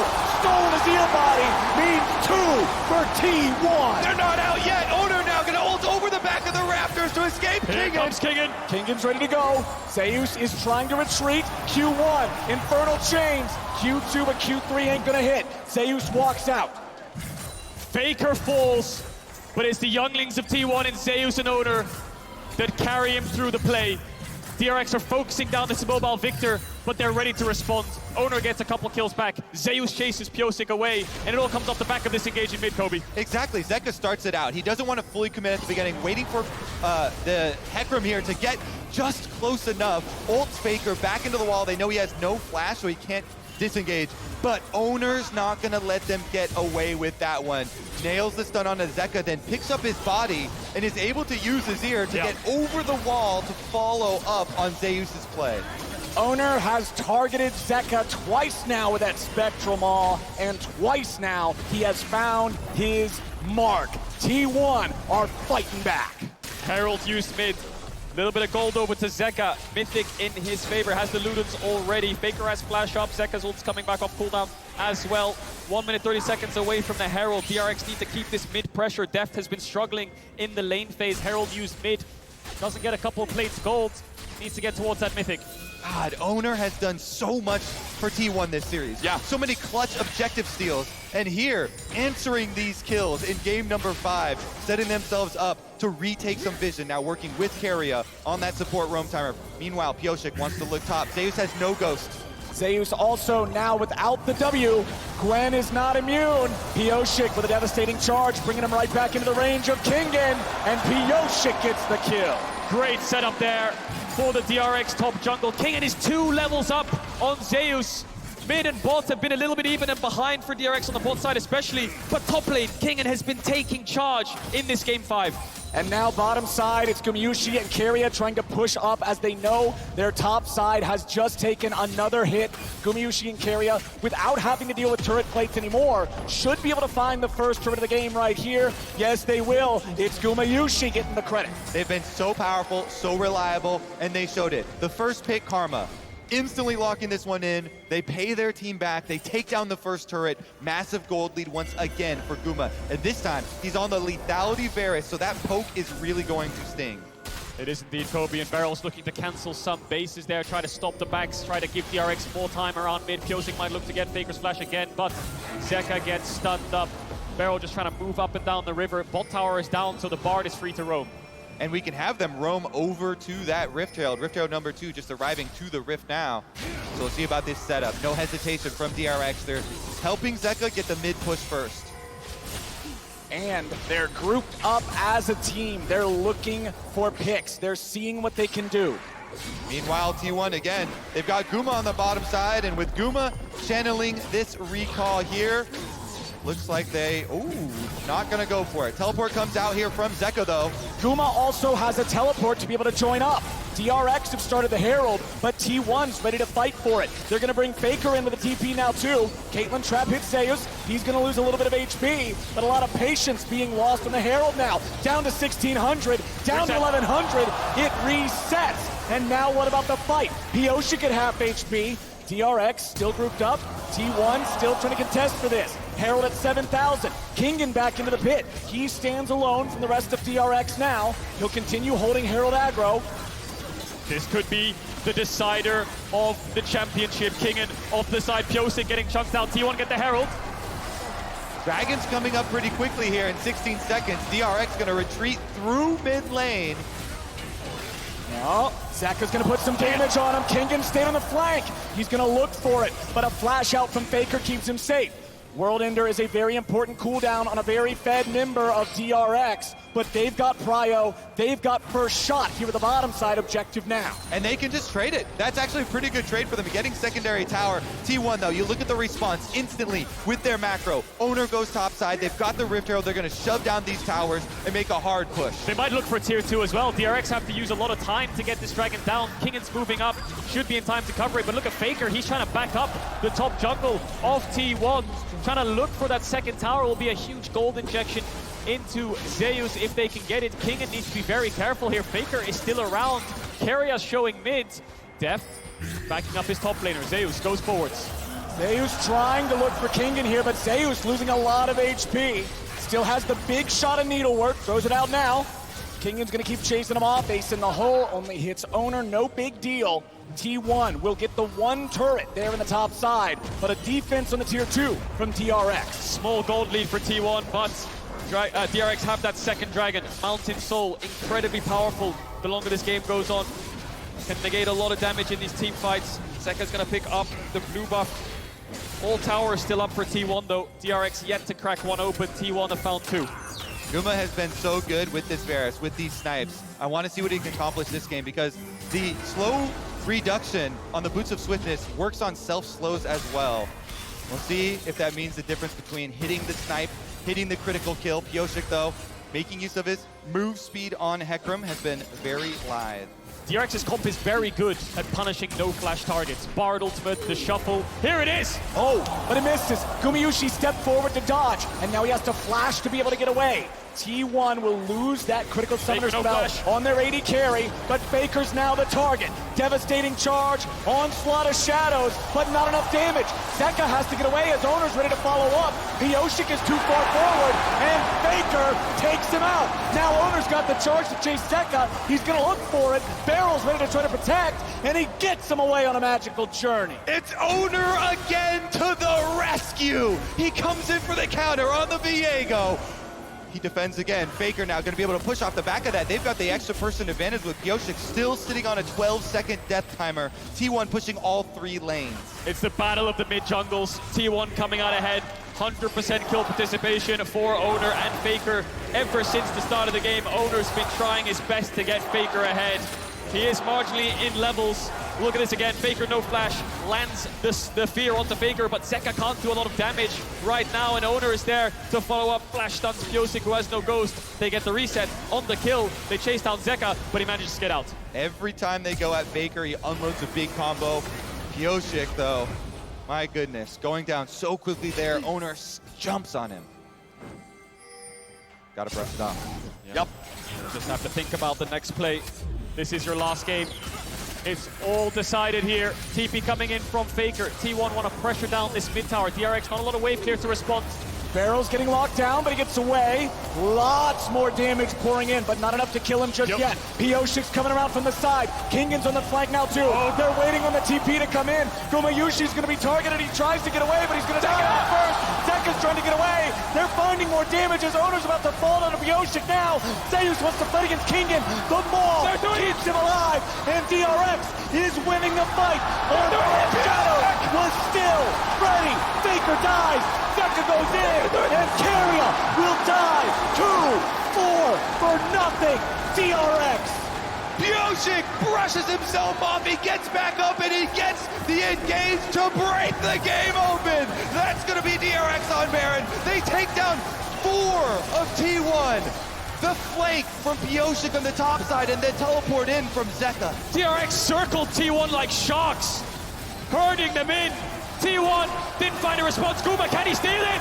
Guma will No have to way! fire a hell of a... What the fuck? Gumayusi steals Baron to save this game! The Varus pick! Again, with the Empower Q snipe, Guma snipes away the hopes of DRX. I'm speechless. DRX, how? It's all falling apart again. Well, look at the play. DRX collapse onto T1. They get the kills and they manage to pick up 4. Then they move towards the Baron. It comes off a great engage from Pyosik and Kingen. Deft almost dies to Zeus. The TP from Zeka was great for the flank. But again, they go towards Baron and it all falls apart. Again, you're exactly right. This is amazing. Zeka with the flank comes in. They get 4 kills off of this. Pyosik chases it through with the Hecarim. His ultimate came back up. They get Faker, they get Keria, but they don't get Baron. Holy. DRX, I think Moments before disaster. yeah, that's after the fight. I don't think they- Moments before. How does Gumayusi get this? Does he even have vision? Blue Orb comes in, he must just about see it. The arrow of a lifetime. The steal of a lifetime from Gumayusi. That's twice in this series he's done it. T1 grab onto a miracle, and they have a chance in this game again. T1 have more than a chance. They have a push here in the bottom lane. Everybody's ready to go. Zeka staying on the tier 2 in the top side. T1 have already broken the tier 3. They are looking for the inhibitor, and they will already take it. Blue team's turret. Dragons up. T1 want to move towards it. They got the inhib. Tier 2 top fell as well. Faker has flash. He has the flash. Pyosik's trying to get it from him. Nice ulti coming out from Beryl, but Kingen is here in a 1v4. Kingen is about to die. He will drop. T1 has taken out the Fed player. Beryl gets away over the wall, and DRX are collapsing. T1 are running this game now. The push in mid comes through, but Zeka's here to respond. Dragon is up, so that should be a pretty easy exit objective. 2,000 gold lead for T1 right now in this game 5. The power of a single ability, a single steal. T1 picking up the kills, then pick up the dragon in the aftermath. That will haunt Pyosik forever. They need to stay composed now, DRX. The siege is over. It's heartbreak again, but they've never failed to bounce back every single time. Level-headed, 2 items on the Caitlyn. Azir will be their late-game insurance, but T1 just got a massive injection of gold. Absolutely incredible from T1. When the pressure is on, leave it to the winningest organization in the history of League of Legends to have the players, to have the composure, and to have the skill to claw their way back.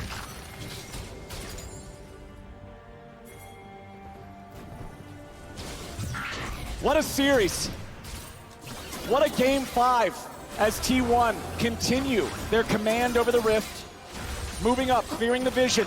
Kingen is in a very precarious situation, perhaps. Yeah. They're going to see him there with Owner's Sweeper. It will show the red silhouette. 4 minutes until the Drake, 2.5 minutes until the Baron. Not really any objectives to fight over. Pyosik activated the devastating charge, but meanwhile the T2, here on the top side, will fall to T1. Zeka will respond with the bot tower, but a lot more gold into T1's back pocket. The cross map's okay. DRX will be in time to wave clear. Next Baron's up in 2 minutes. I think DRX are just stalling till that spawns. 2 dragons apiece. Small gold lead for T1. But I think it's going to be pretty even around these fights. It's going to be very nuanced onto who can find the carries. Can Kingen land multiple Qs? Can Pyosik find the engage onto Gumayusi? No Mikhail's up just yet. Yep, again, you talked about it before, Kadril.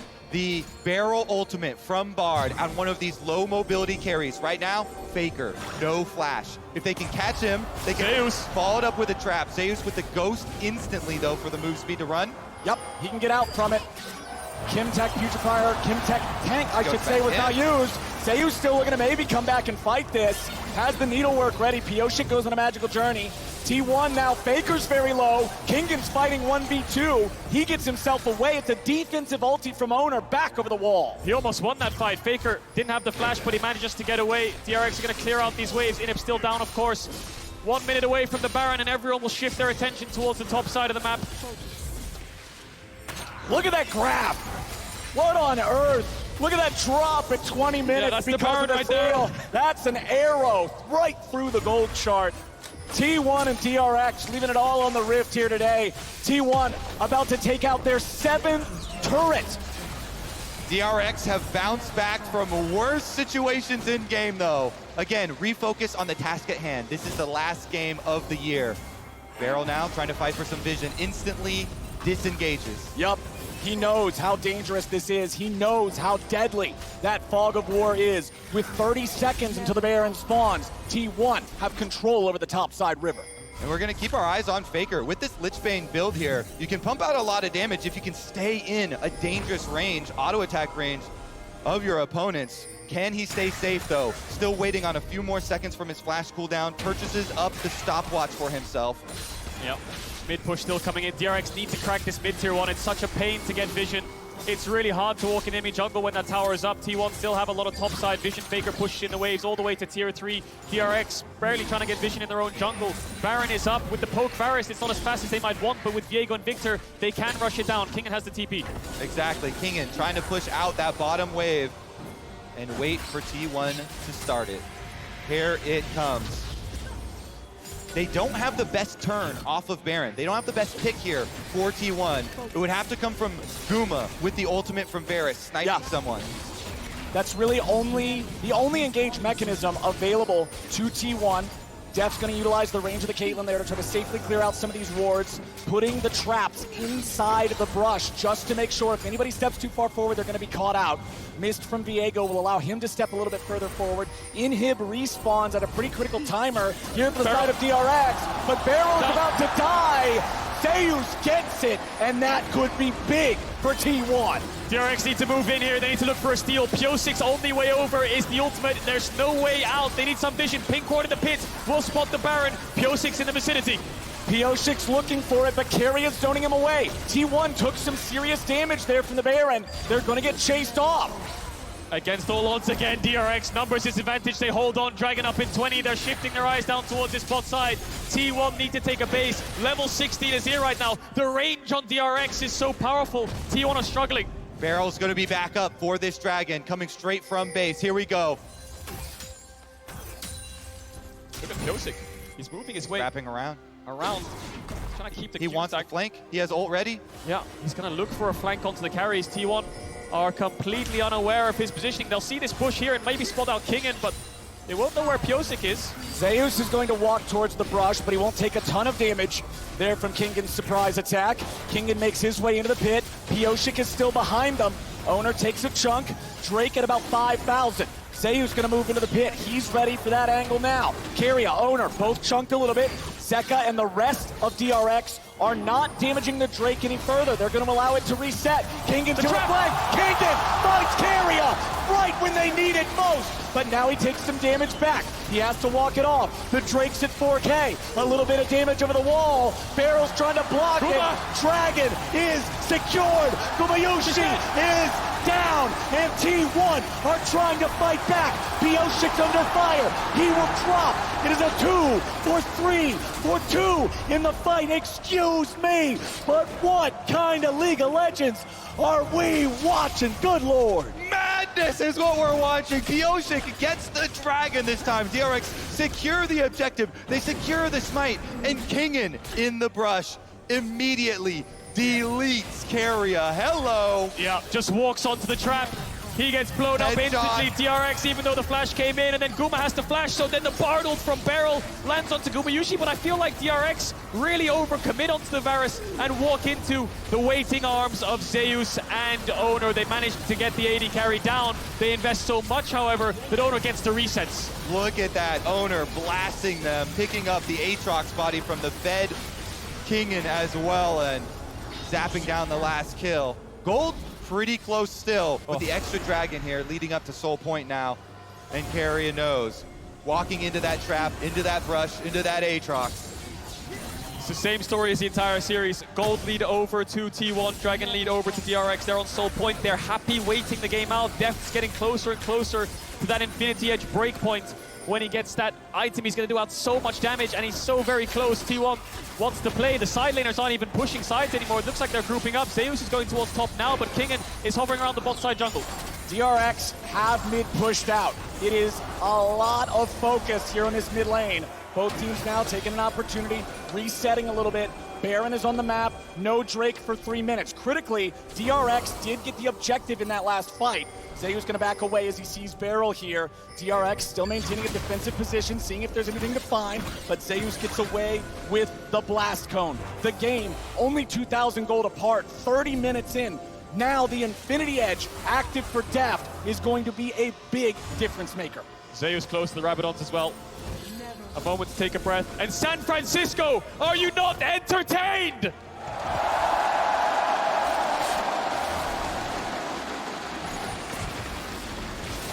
A little bit of extra speed there for Pyosik. That devastating charge isn't going to be used for a whole lot just yet. Zeka with the Ludens, with the Shadow Flame, Banshee's Veil now completed. T1 still defending the mid lane tier 1 turret. It is 3 turrets to 7. T1 have taken many, many more objectives this game. Zeus will move into the pit. He'll clear out some of the vision. Beryl gets poked down by some of the fire from Gumayusi's arrows. 2 minutes on Dragon. Soul Point, of course, for DRX. Let's not forget, the Baron dance continues around Vision, around this wave in mid. DRX really need this tower if they want to start controlling the map. T1 have been holding on. And as they dance, again, Guma has no flash. He dodged away from the Bard ultimate this time, but DRX still push in. They get what they came for.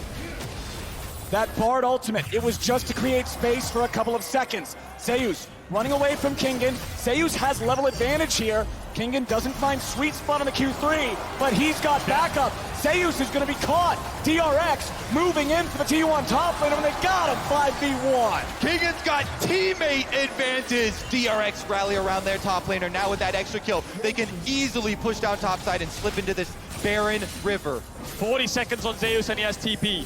DRX still have a couple of ultimates to work with. They've had so much heartbreak around this Baron. Are they willing to start it up again? Owner's alive. T1 have the mid push. They're going all for it. All the cards are on the table. Flank, flank, flank. They're wrapping around. Yep, keep your eyes on Pyosik and on Beryl. DRX, they don't even have their jungler in the pit. They are not going to commit to the Baron. They are looking for some sort of a play. Beryl is burning, but they're ready. They're turning. Pyosik has Faker. Keria barely lives. He's trying to run away, but Zeka and Pyosik are still chasing him down. A bullet to the head, and Death pulled the trigger.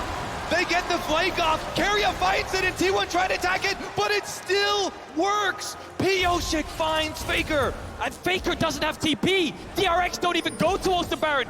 Dragon Soul's up in 35 seconds. They know they have a few seconds of a time window to force down the Dragon. What's the call here from DRX? They're avoiding the Baron. We're going to look at this fight again. Zeka is the hero. Keria here, look at this. He finds the flank, and T1 all come to try and attack it. Beryl so low, heals himself, but that just leaves the opening. Pyosik and Zeka. You mentioned the Azir sweep. He hits Faker with it, dies before the body hits the ground. We need to go back to live. The ult comes out onto Keria. Looks like DRX have based. They're around this Dragon, but T1 are going to threaten a Baron rush, so DRX will get the soul. Pyosik's here. Beryl will try to keep everybody away, try to interfere as much as he can. Pyosik and Zeka working on the Drake. 5,000 HP left. Deft wants to get away. A lot of threat coming out from the needlework. Kingen's very low. He goes into the stasis. He's still going to live, but only for a moment. Kingen down. Soul for DRX, but it'll be Baron for T1. They're going to force on it and try and make DRX come to them. 5v4 advantage. They're burning it down. Owner has smite. Pyosik does not. No Kingen. No Kingen. This has to be a no-go for DRX. They will back away now. You're absolutely right, Flowers. Deft was really low HP as well. Had to use the summoners to escape. T1 managed to get the Baron in trade for the soul. DRX were trying to stall them, so they just ran headfirst into them to force the fight. Pushed back Deft, killed Kingen. And now what can T1 get done with this Baron? The soul will last forever. The Baron's only going to be up for a couple minutes. Very dangerous pushing on the side lane as well. Now that Death Cap has come in for Zeus. Total damage done at the top of the charts. Both top laners. Let's take a look at the spread though. 1-3-1 initially. Zeus Doesn't see them. They've gone back to base. gets the outline. Zeka gets the Rabadon, so this is here getting closer and closer to full build. This is the game 5 we were promised. This is the perfect ending to this series. Both teams are just battling here in game number 5. Deft with the Caitlyn working on that 4th item. It's not been a fantastic game for him, falling behind early on. But now that he's fed, now that it's late game, things are going to be a little scary. Faker at half HP, Ace in the hole, doing a good job chunking him out. And DRX, they've dropped the Sun Disc there in mid, but there's nothing to play for here on the top side. Baron still under the possession of T1. DRX make a nice hard push on mid and top lane to try and nullify and reduce the amount that T1 can get with this Baron. They're just trying to delay, because then they come out ahead with the power of this Mountain Soul. Oh, nice. Baron buff wasting away. Yeah, and Deft's getting closer and closer towards that Bloodthirster. Caitlyn can become so powerful. T1 don't actually have a reliable auto-attack champion other than the Viego and the Gwen. Their AD carry is a poke champion, whereas Deft will get closer to 6 items. Azir as well, such powerful late-game scalers that will melt through T1, so they want to push their advantage while they have this Baron buff. Only 1 minute left on it. And remember, the only real catch or engage on T1 is the ulti from Gumayusi. He was the hero with the arrow back at the Baron, but now T1 are trying to use what's left of this 45 seconds of Baron buff. Look at these wards behind T1. They need to be really careful if they overstep. Kingen can TP behind them. Zeus will be ready and waiting for Pyosik. Pyosik's gonna have to hold out of this one, you would think. No! Gumayusi gets the kill, and T1 are 5v4. Guma nailed him with the chains of corruption, and Pyosik falls. 40 more seconds on his death timer now, and look at this, the brush play from Kingen. Can he pull it back?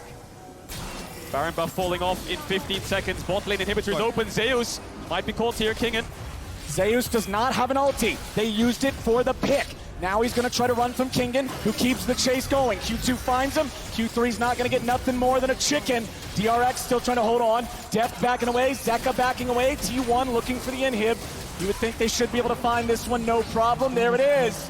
T1 take bot lane inhib for the 2nd time this game. I can't imagine how much pressure all of these players are under in this game 5.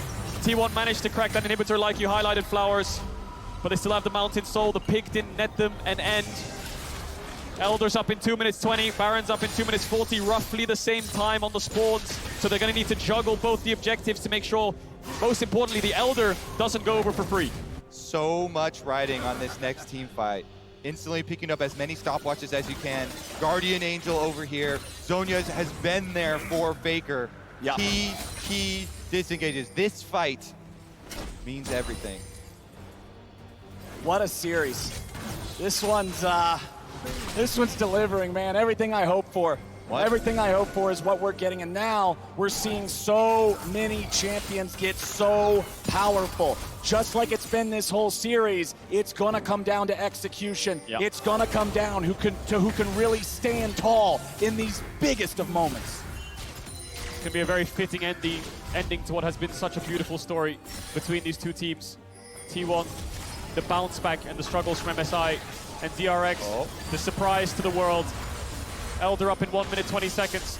Trying to contest a little bit of bot side vision here. T1 looking to see if they can find a pick. DRX don't have to deal with a Baron anymore, but they still have to deal with walking into the fog that is their own bottom side jungle. T1 will clear out any wards they come across. They still have a small gold lead, but at 39 minutes into the game, it's not that big of a deal. Bloodthirster for Deft. A little bit of extra survivability, sustainability here in the fights. We've mentioned multiple times how little CC T1 have to work with. They gain so much from being at the objective first, forcing DRX to go through these small pathways, let them hit the skill shots. Guma on the front line.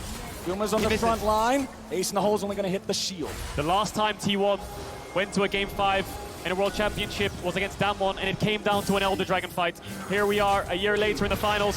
Same story. Barrel goes for the ulti, but Faker has fast enough feet to barely dodge forward out of it. Guma no flash, Guma no ultimate. Owner blows up the blast cone though. Kingen finding his way around. This Aatrox, a pest in the T1 side. They're going through mid though. Yeah, they're going through mid here, T1. DRX are pinging this top wave. There's a threat of an end. Kingen's on the flank. Kingan's looking for it. He has been the X factor, but Barrel's gonna die. He barely gets away. Pioshik's on the retreat. Barrel stays alive somehow. Redemption's coming down. It's gonna heal him up. T1 moved in. Kingan was not able to respond there with the flank. He'll steal the enemy red buff for the upcoming fight. T1 chunking out the health bars. Decide to go for the Elder.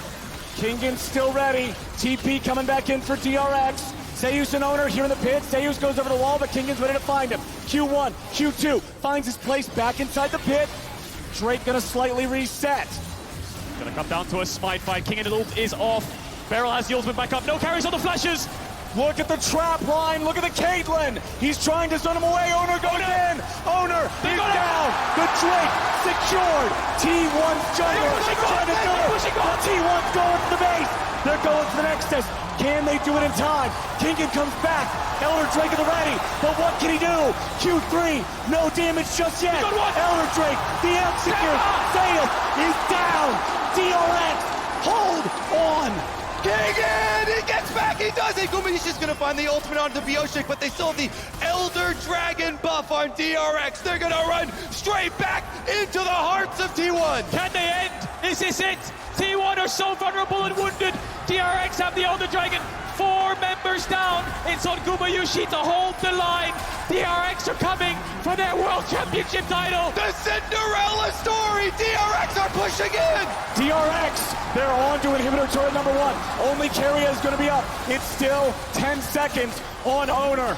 DRX will march forward. Keria wants to hit the wave. Kingan goes to the World Ender. Gumayushi is dead. They have been doubted. They have been discounted.